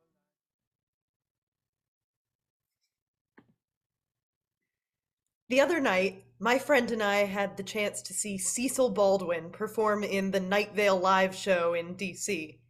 Welcome to Night Vale is this amazing fiction podcast that combines spooky and creepy with warm and sincere. It's just great. And at the end of the show, Cecil got up and started talking about how every single one of us is really a haunted house, and that we all have to learn to live with the ghosts inside us if we're ever going to be happy. I've always loved haunted houses. I love Halloween. I love decorating the house with my family and then texting my friend to find out what kind of amazing Halloween decorations and costumes she's decided on. She's the Halloween queen around here. I love Halloween parties. Costume contests, all my friends baking delicious treats shaped like bats and colored like blood, eating them while we watch Halloween classic movies like The Nightmare Before Christmas. I love Disney's The Haunted Mansion ride. It's my favorite ride at the parks, and I'll happily wait on that line for however long it takes, no matter how many times we go back, just for that 5 minutes of creepy music and spooky voiceovers in the dark. I love how much my husband gets into it, how much he loves that ambiance and atmosphere. Once, we went to the Haunted Mansion for his birthday, and he came home with a book all about all of the special effects and how the ride worked, which he read cover to cover, and then recited back to me with enthusiasm. My husband is a horror host. Do you know what that is? I didn't, until he started getting into it, but horror hosts are people who show scary movies and then do skits or commentary or jokes in the intermissions before and after the films. It's a whole community of people I'd never known existed, all sharing a passion, and my husband just loves this stuff, so even though I'm hit or miss with scary movies, I'm getting more and more into it as the years go by. Community, that's the thing. There's a whole community, a whole joyful social experience that surrounds the concept of horror and hauntings. You get it by now, but what I love the most about Halloween is all the things I get to do with the people I love throughout the holiday. The fun and the joy and the camaraderie that I get to look forward to during spooky season. The full force of that hit me in 2021 when Halloween sucked. And just thinking about it ended up depressing me for weeks because I knew I should love it, but I hated it instead. I hated having to spend it alone. My decorated house, my haunted house, was no fun alone. Like so much of life, facing Halloween alone was kind of scary. Haunted anything isn't much fun by myself. My happy home has people in it. My happy home is full of laughter and joking and voices talking over each other and even just people sitting together in companionable silence over cat-shaped treats and gory movies. But it's kind of hard to turn a haunted house into a happy home, to bring all that joy and laughter into the spooky corners of yourself. My house is haunted, and it always has been. There are ghosts living in here with me that I've gotten so used to by this point that sometimes I forget they're even there. I think we all have those. Or most of us do, anyway.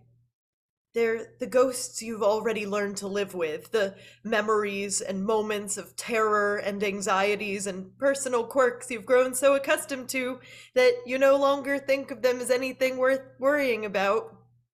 But they're still there, still living there, still with you every moment, and then when you invite someone over, when you try to bring someone new into your happy home, suddenly you have to introduce them to all these old ghosts. Suddenly, These aren't just your ghosts anymore. They're ghosts you need to share. And coming to terms with how to introduce someone to the skeletons living in your closet, to the monsters you keep cooped up beneath your bed is a whole different kind of learning how to cope. But you can do it.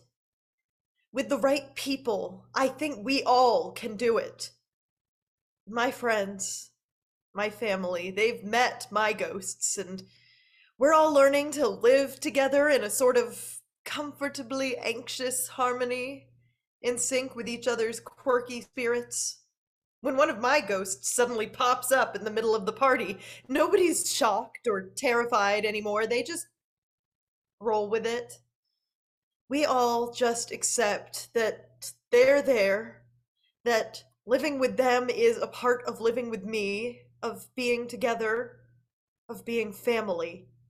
And so we cohabitate with each other's creepier qualities, and we make the best of what we have, who we are, together.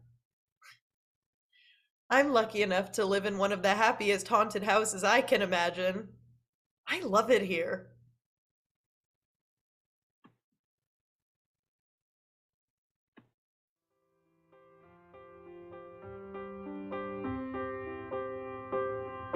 I'll tell the world, I'll sing the song. It's a better place since you came along. Since you came along.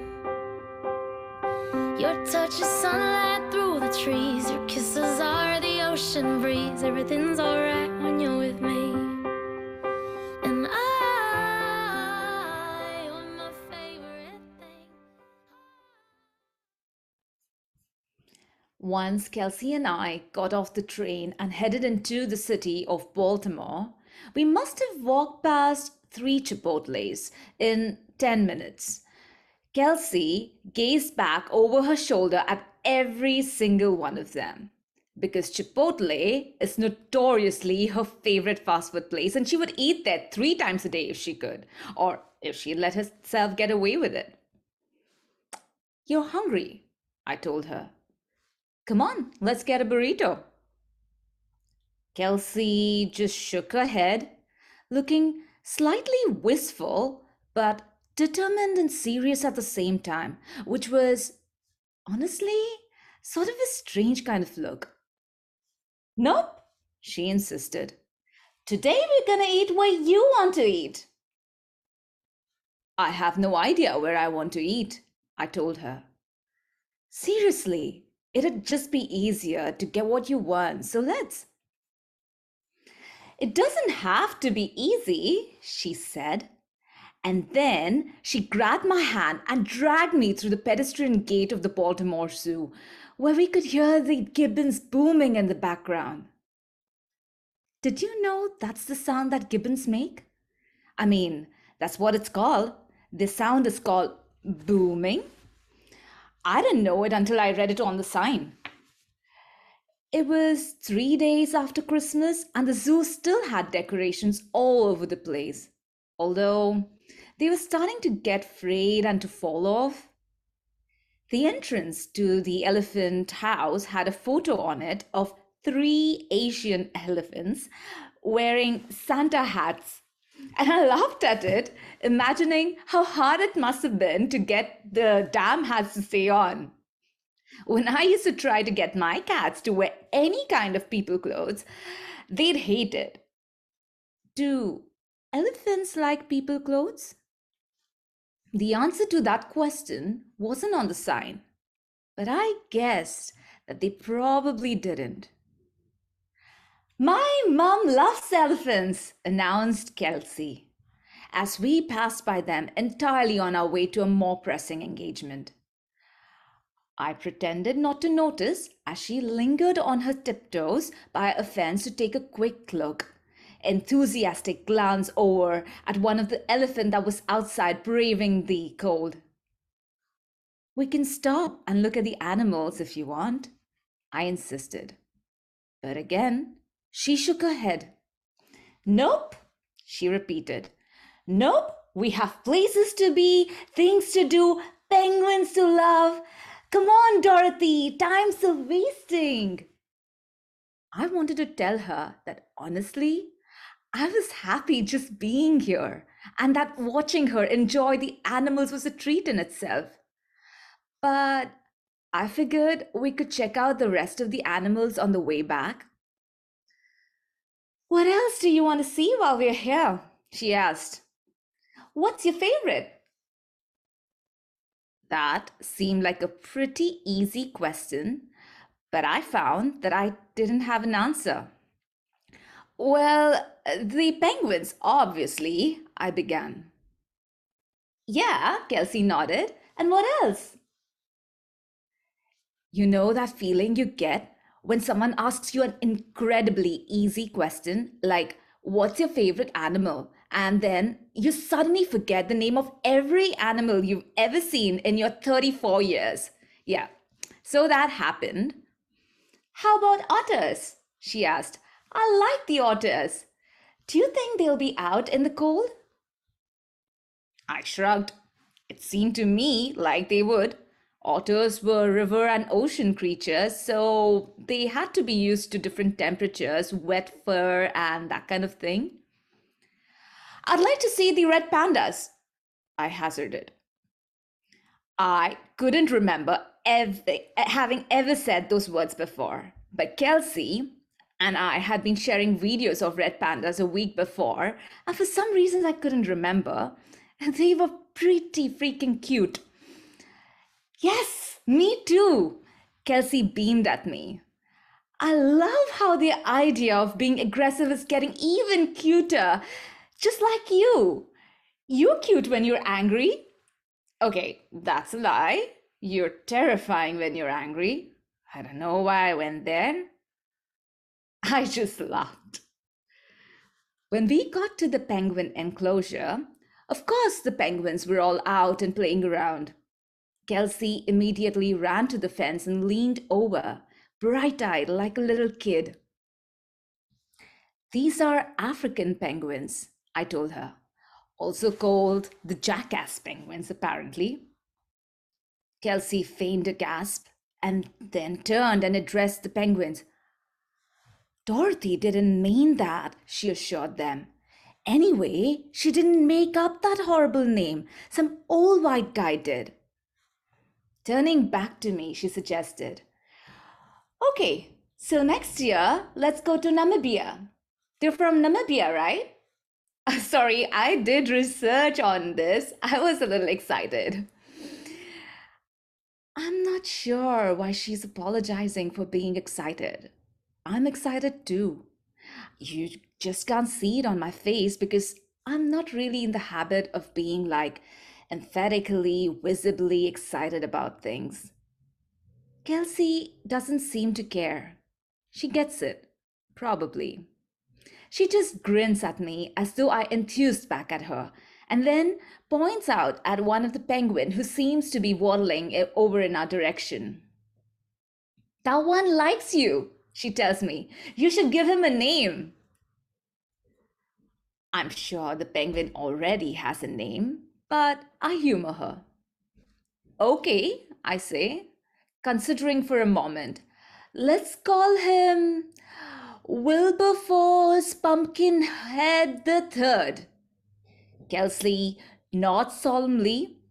An excellent, noble name, she agrees, and then smiles at Wilberforce. You are such a lucky penguin, Sir Wilberforce. Out of habit, I glance at my phone to check the time. It's just after 1 o'clock, which means nothing. For a second, I think about calling my husband to check in, because that's what I always do, or did, or have done in the past. But I don't have to anymore. I can be here. It's okay for me to be here.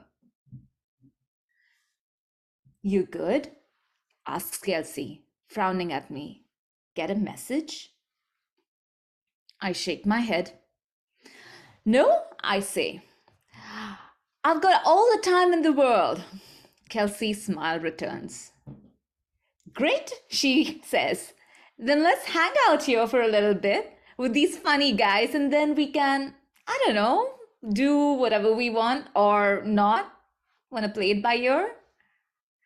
So we do. We spend time with the penguins until one of them wanders over and tries to take a bite out of my bright red coat. Kelsey obviously loves that, and honestly, it's one of the greatest things I can remember. Or maybe I just like Christmas and having all the time in the world to just play it by ear.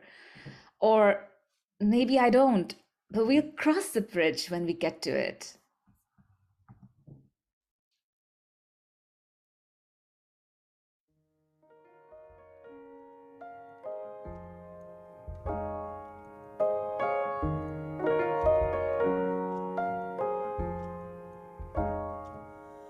I'm sorry I ruined your birthday. I guess I could go back to university. Try and make my mother proud. Stop this phase I'm in, she deems dangerous and loud.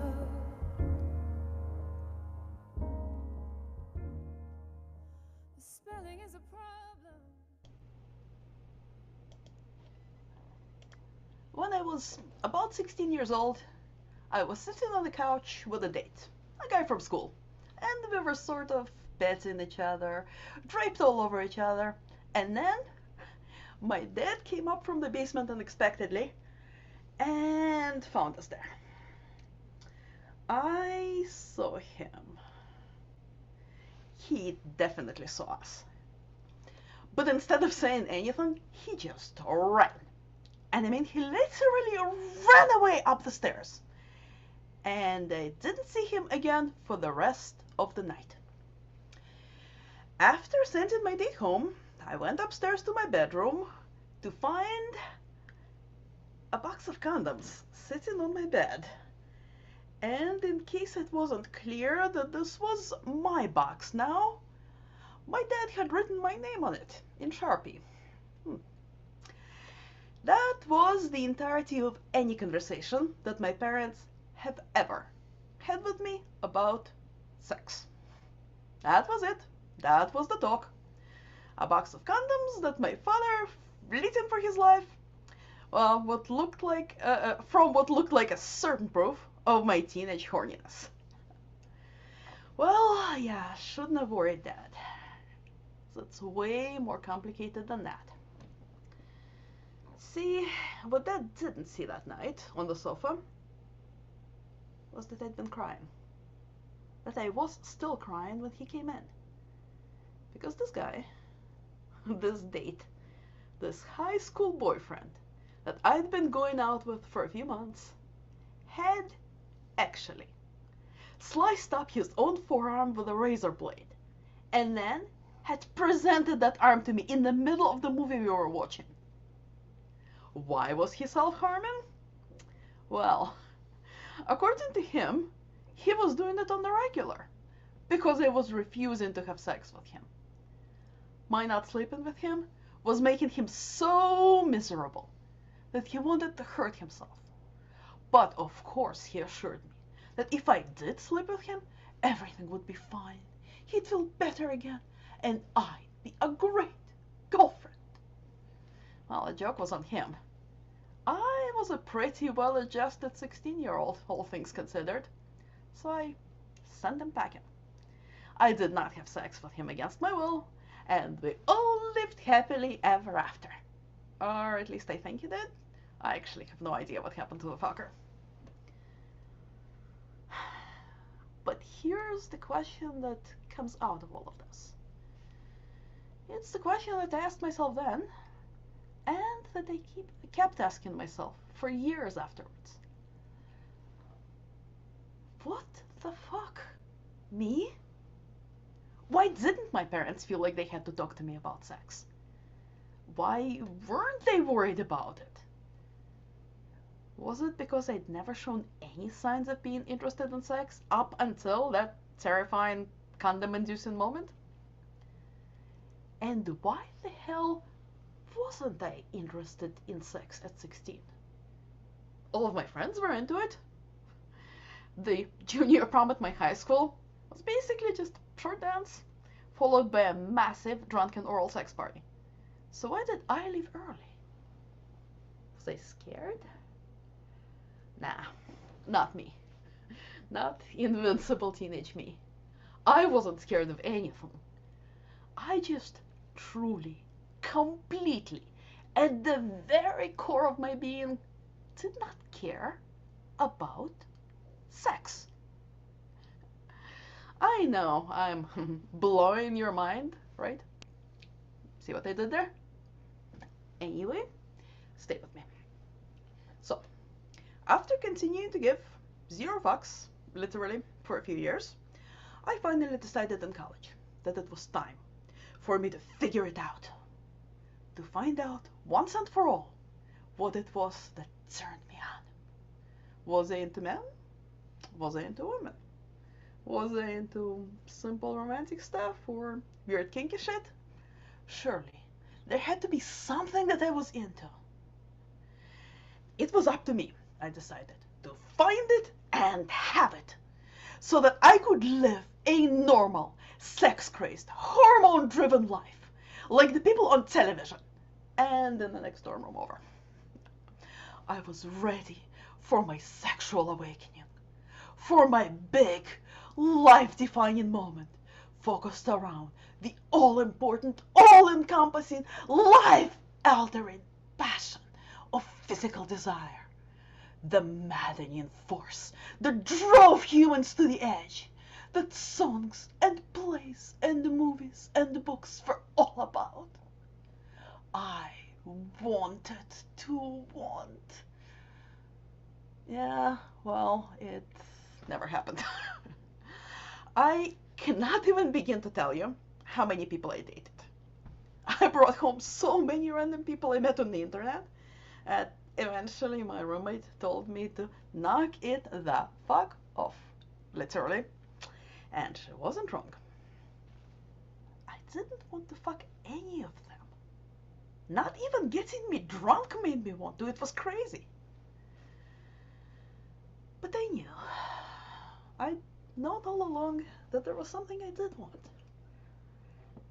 I wanted to love someone, hold their hand, support their dreams, to grow old with them as their one and only. And lots of people were interested in me, like I had a few really great relationships that lasted just long enough for a person on the other end to figure out that I wasn't going to screw them. We were happy and in love and over the moon about each other until the day came that it was time for me to hand over the keys to my lady cave. And as soon as they realized that wasn't on the table, they were done. They were out. They were disinterested. Sometimes they were even embarrassed or disgusted. Why had they wasted so much time with a prude? Or with a woman who clearly never loved them anyway? 'Cause that's how you show someone you love them, you know. You fuck them. That's just the way it is, right? What other form could love possibly take? I had my heart broken over and over again because there was literally nothing I could do to make myself want sex. I tried faking it, and I just pissed them off. I tried telling them honestly up front that I just wasn't into it, and that drove them away. I couldn't win. I kept feeling like, what the fuck? Literally. I mean, I had so much I wanted to give them, so much to offer them, so much to dedicate and devote to them. I just didn't want to sleep with them, you know? Was that so much to ask?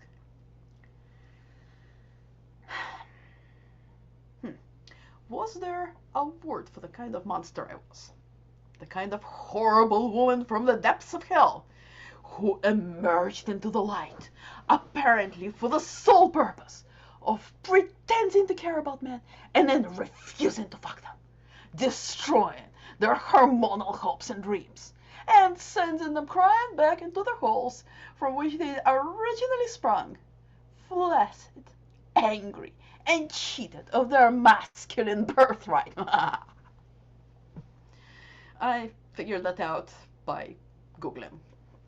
I learned who I was on the internet, like so many of us do these days.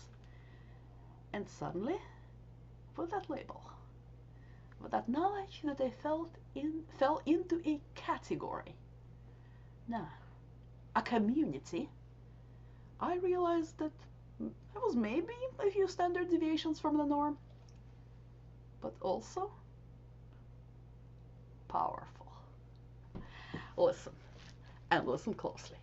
I want you to think really hard about these very important points. First of all, if I had been a sailor on Odysseus' ship, the sirens would have been non-issue for me. I am a fantastically safe choice as a friend, because there is no chance whatsoever that I will want to screw your partner. I'm more than not competition. I'm like the distinct lack of competition for your partner, and they also subsequently make the best wingman. I do not engage in showmances, so put me in your cast. I won't let you down. I can't be distracted by a succubus, so put me in your D&D party. I won't let you down. I will never ditch plans with you to go and get laid. Ever. I mean, look, listen. Recently, a friend of mine suggested to me that maybe, just maybe, asexual people should actually be given the keys to the kingdom. Should just be peacefully allowed to take over the world. Because we cannot be swayed by conventional seduction, right? But I had to admit to him that if somebody offered me some really good garlic bread, or a new season of Nailed It or something, I'd swap loyalties so fast it'd make his head spin. So maybe we don't have to run the world. Just let us live our lives and have our friends and their non-sexual romantic relationships in peace.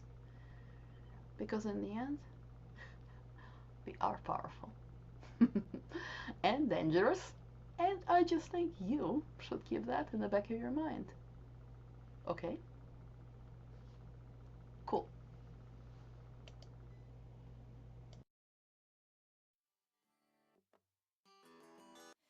I remember when we broke up the first time, saying this is it, I've had enough. Cause like we hadn't seen each other in a month. When you said you needed space, what? Then you come around again and say, baby, I miss you and I swear I'm gonna change. Trust me, remember how that lasted for a day? I say I hate you, we break up, you call me, I love you.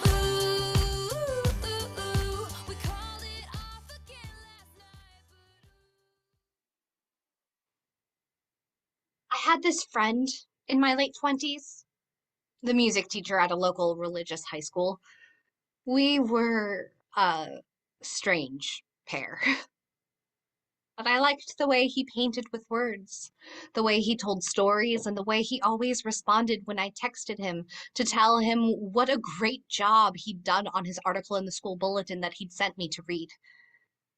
He liked being appreciated.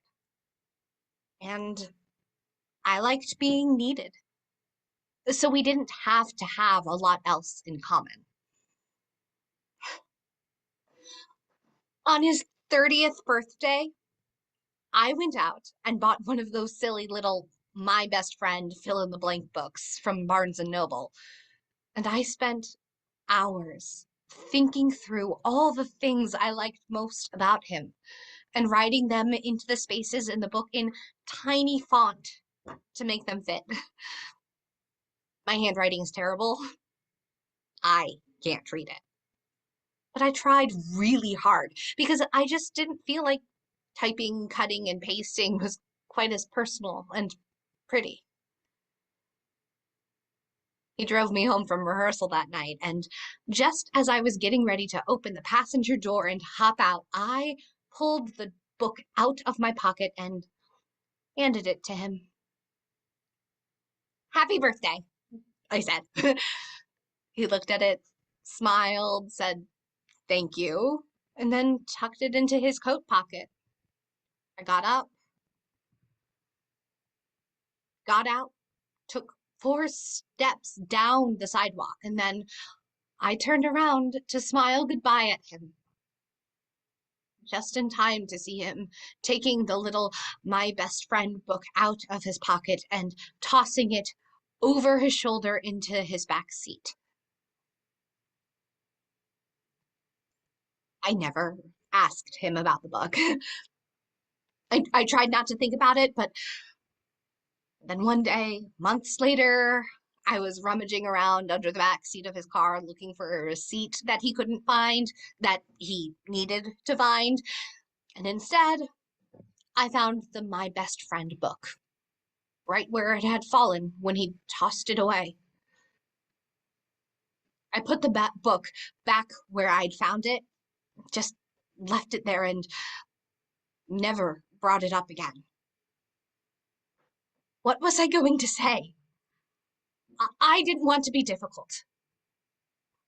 I didn't want to be disappointed. I am trying to tell the difference between a fan and a friend. I am trying to learn how to figure out how you know when you love someone too much or when you love them more than they will ever love you. I am trying to understand what you are supposed to do with love that doesn't belong or isn't wanted, is uninvited. I once got back together with an ex-girlfriend when I was much younger. We dated on and off for 2 years, and then we broke up, and then suddenly one day we were back on again, and I was so happy. I gushed at her. I told her that when you wouldn't talk to me, all the love I had inside me had nowhere else to go, and it was the loneliest experience. I think about that a lot, even now, years later, because now so much of that love, unspent love, love that has nowhere to go, has turned into grief, which is just love deferred. I suppose that's what they say. I dream almost constantly about my college days in Philadelphia. The dreams are always different, but they always revolve around the same theme. The theme of 600 women living together on a tiny mainline campus covered in snow or dogwood petals. We're always in and out of each other's rooms, of each other's dorms, of each other's lives. In the dream, when I sit down to study in my dorm at night, I leave the door wide open. Or sometimes it's open just a crack, just so that I can hear the laughter and the shouting and the blaring Netflix accounts of the girls in the next room, across the hall, in the building across the street. Everything is noisy and distracting and disruptive, and it calms me and soothes the part of my nerves that fray specifically in silence. In therapy, I learned how to use the word fan. It's a coping word, a word that helps separate me from people who I respect or admire or care about or think are just incredible, but whom I don't know very well. It's kind of a safe word. It's a layer of distance that allows me a safe space to like them without overstepping and getting in the way. The whole rethinking things has actually worked really well for me. Except when I accidentally tell someone that I'm their biggest fan. Oh, that's not what that means. That's just enthusiasm. Oh, therapeutic semantics are hard. When you're somebody's fan, you can give to them. You can appreciate them. You can care about them and value them and love them, but you don't expect anything from them. It's okay to be excited about them, but they don't have to be excited about you. Why should they? When you're somebody's friend, though, then it's totally mutual. Mutual excitement and joy in each other, and when it's a friend, that's a safe way to be. Both situations are symbiotic, but they're different. I am supposed to focus on the difference, but the lines so often blur. I am learning I am a work in progress.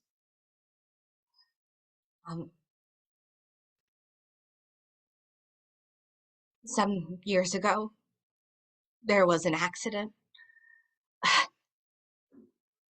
We hit a tree with our car at 90 miles an hour, and the damage was devastating. Everyone survived, but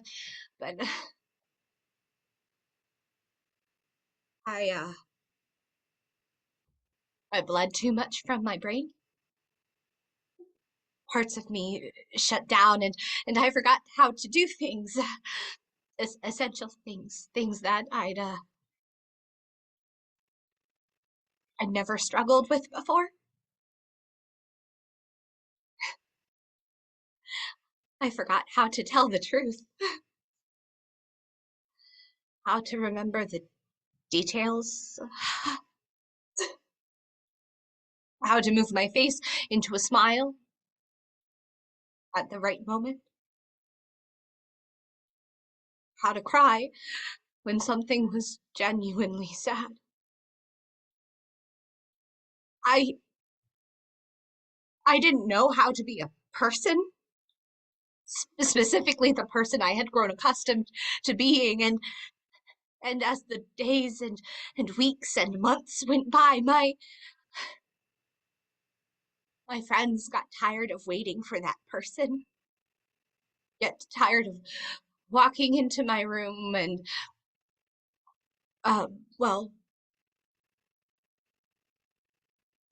to find that I still hadn't remembered. That the person they missed was still gone, that I needed more than they'd committed to a friendship with a person they never knew, or at least no longer did.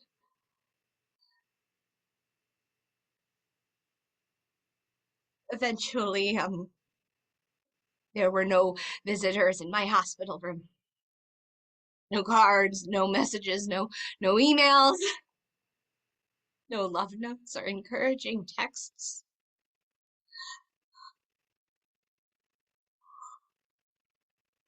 Was that when it began to hurt? Or had it been hurting for years without my even realizing it? Maybe she's born with it. Maybe it's codependency.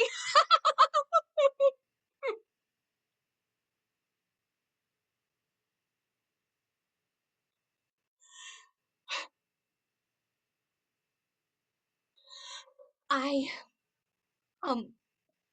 am trying to learn the difference between who I was and who I am. I am trying to figure out what I'm supposed to do with all the anger and the aching and the sobbing in the face of birthday cakes and smiling faces.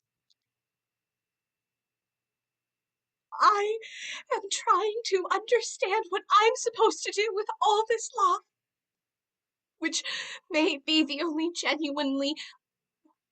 thing that is genuinely left of the person that I was before I forgot how to be the person who I was.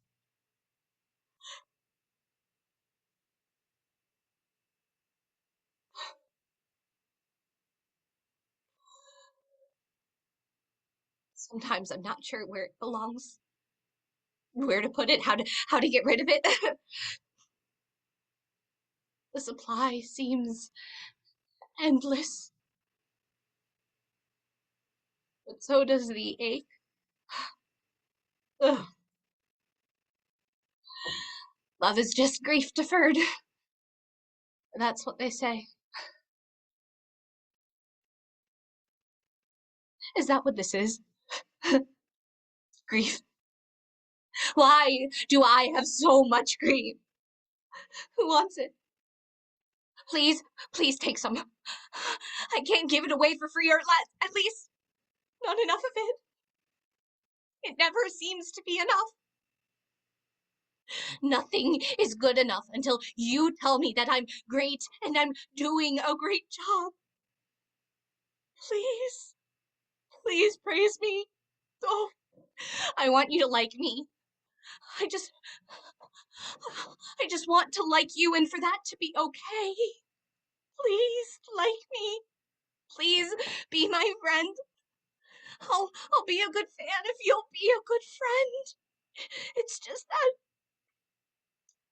I might have a hard time figuring out the difference at first, but please stay. Please stay. Please stay.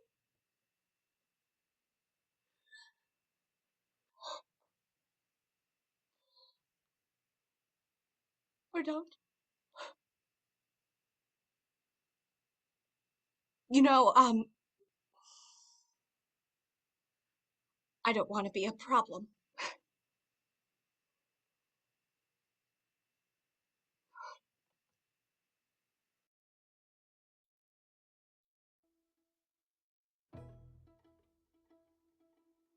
I'm the strong one. I'm not nervous. I'm as tough as the crust of the earth is. I move mountains, I move churches, and I glow because I know what my worth is. I don't ask how hard the work is. I've got a rough, indestructible surface. Diamonds and platinum, I find them, I flatten them. I take what I'm handed, I break what's demanded. But under the surface, I feel berserk as a tightrope walker in a 3-ring circus. Under the surface was Hercules ever like, yo, I don't want to fight Cerberus. Under the surface, I'm pretty sure I'm worthless if I can't be of service.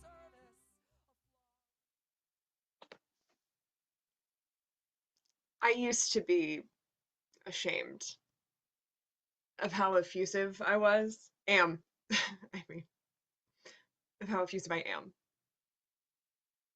People have made fun of me for being extra over the years, for being a lot, and for a long time I felt kind of like my gushing at people was not only unwelcome, but frankly, creepy.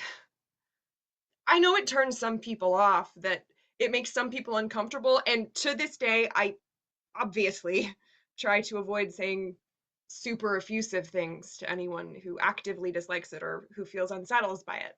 I mean, I'm not a monster. Consent matters.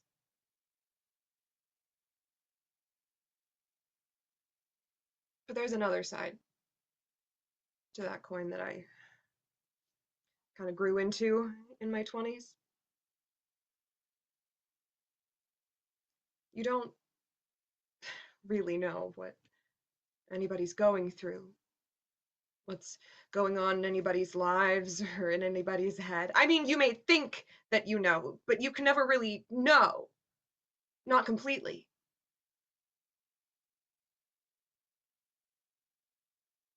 I learned that a few years ago when someone I admired and envied turned out to feel differently about her situation. Very differently.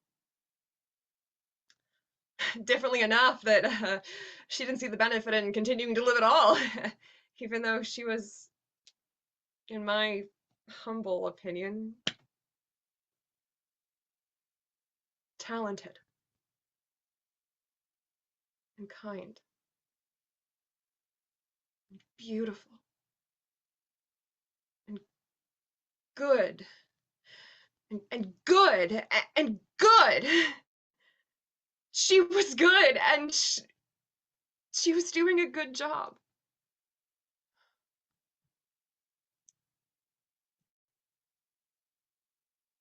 If I'd told her that out loud, would it have changed anything about her choices? Probably not. No, but you can never know for sure, do you? You never know for sure if a little bit of truth, a little bit of sincerity on your part might change the way someone looks at themselves, even for 5 merciful minutes or less.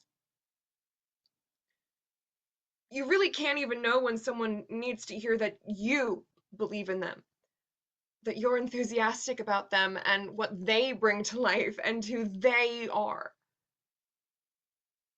It's really rare for someone to turn to you and say, please tell me I matter, because something is kind of frowned upon, right? We're not supposed to ask for validation. That's weak, or that's needy. Yeah, needy is the word I'm looking for. Or maybe high maintenance, if you're feeling fancy. God forbid you need anything. God forbid you be a burden.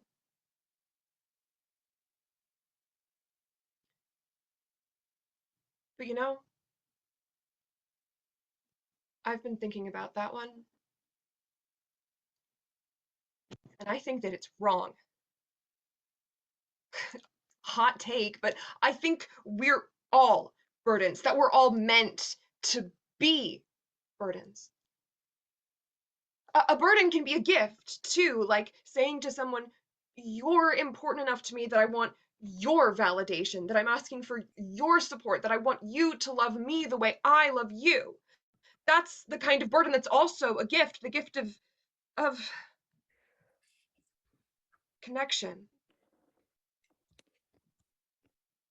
Giving someone that gift of your own vulnerability is burdening them with a truth that's hopefully as valuable as it is to them as it is to you.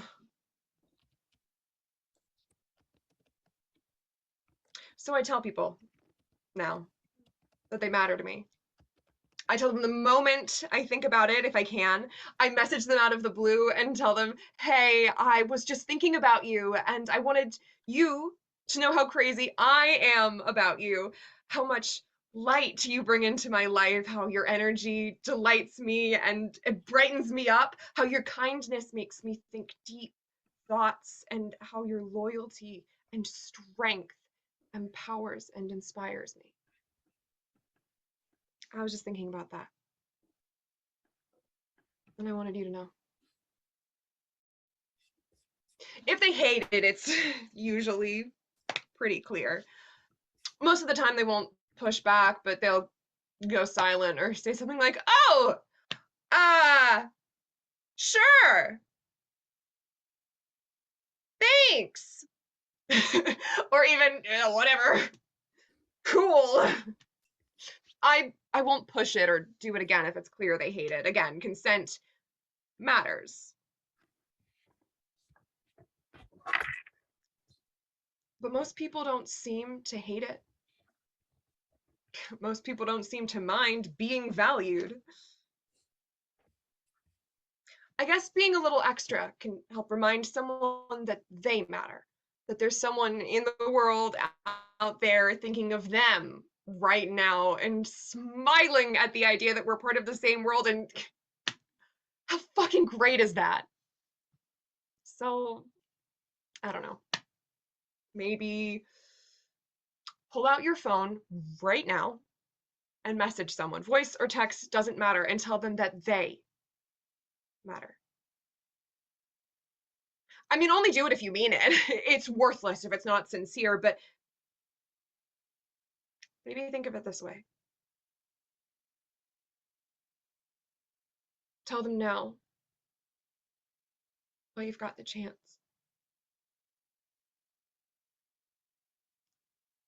We don't really get a second chance to make someone feel as valued and loved as we know they deserve to feel. So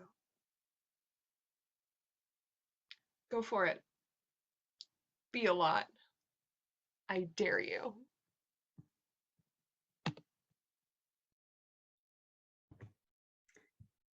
Thank you so much, everyone.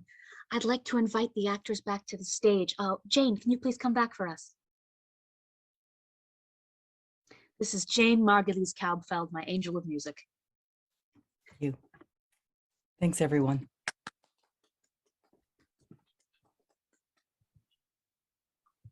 Leslie Barnett. Thanks for coming.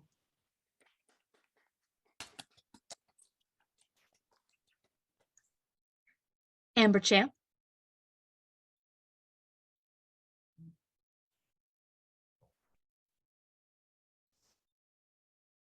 Tashina Gorgone.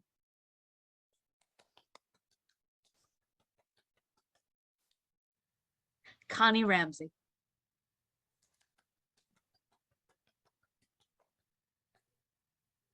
Kira Simmons.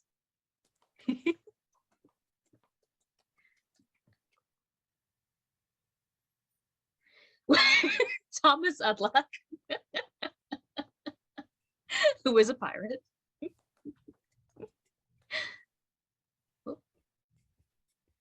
Margaret McCabe Janicki.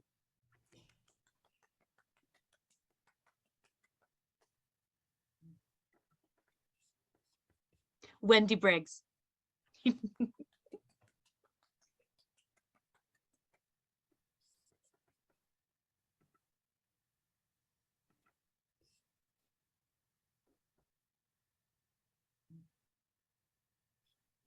Jonathan Udlock.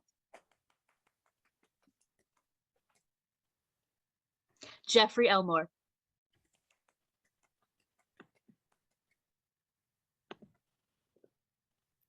Megan Fraedrich.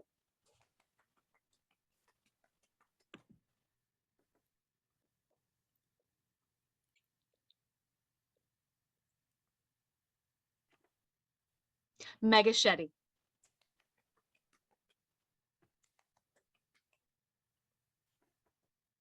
Liana Olear. Liana Olear.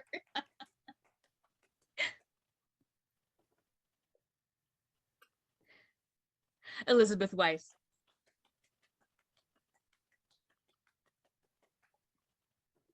Sarah Souser.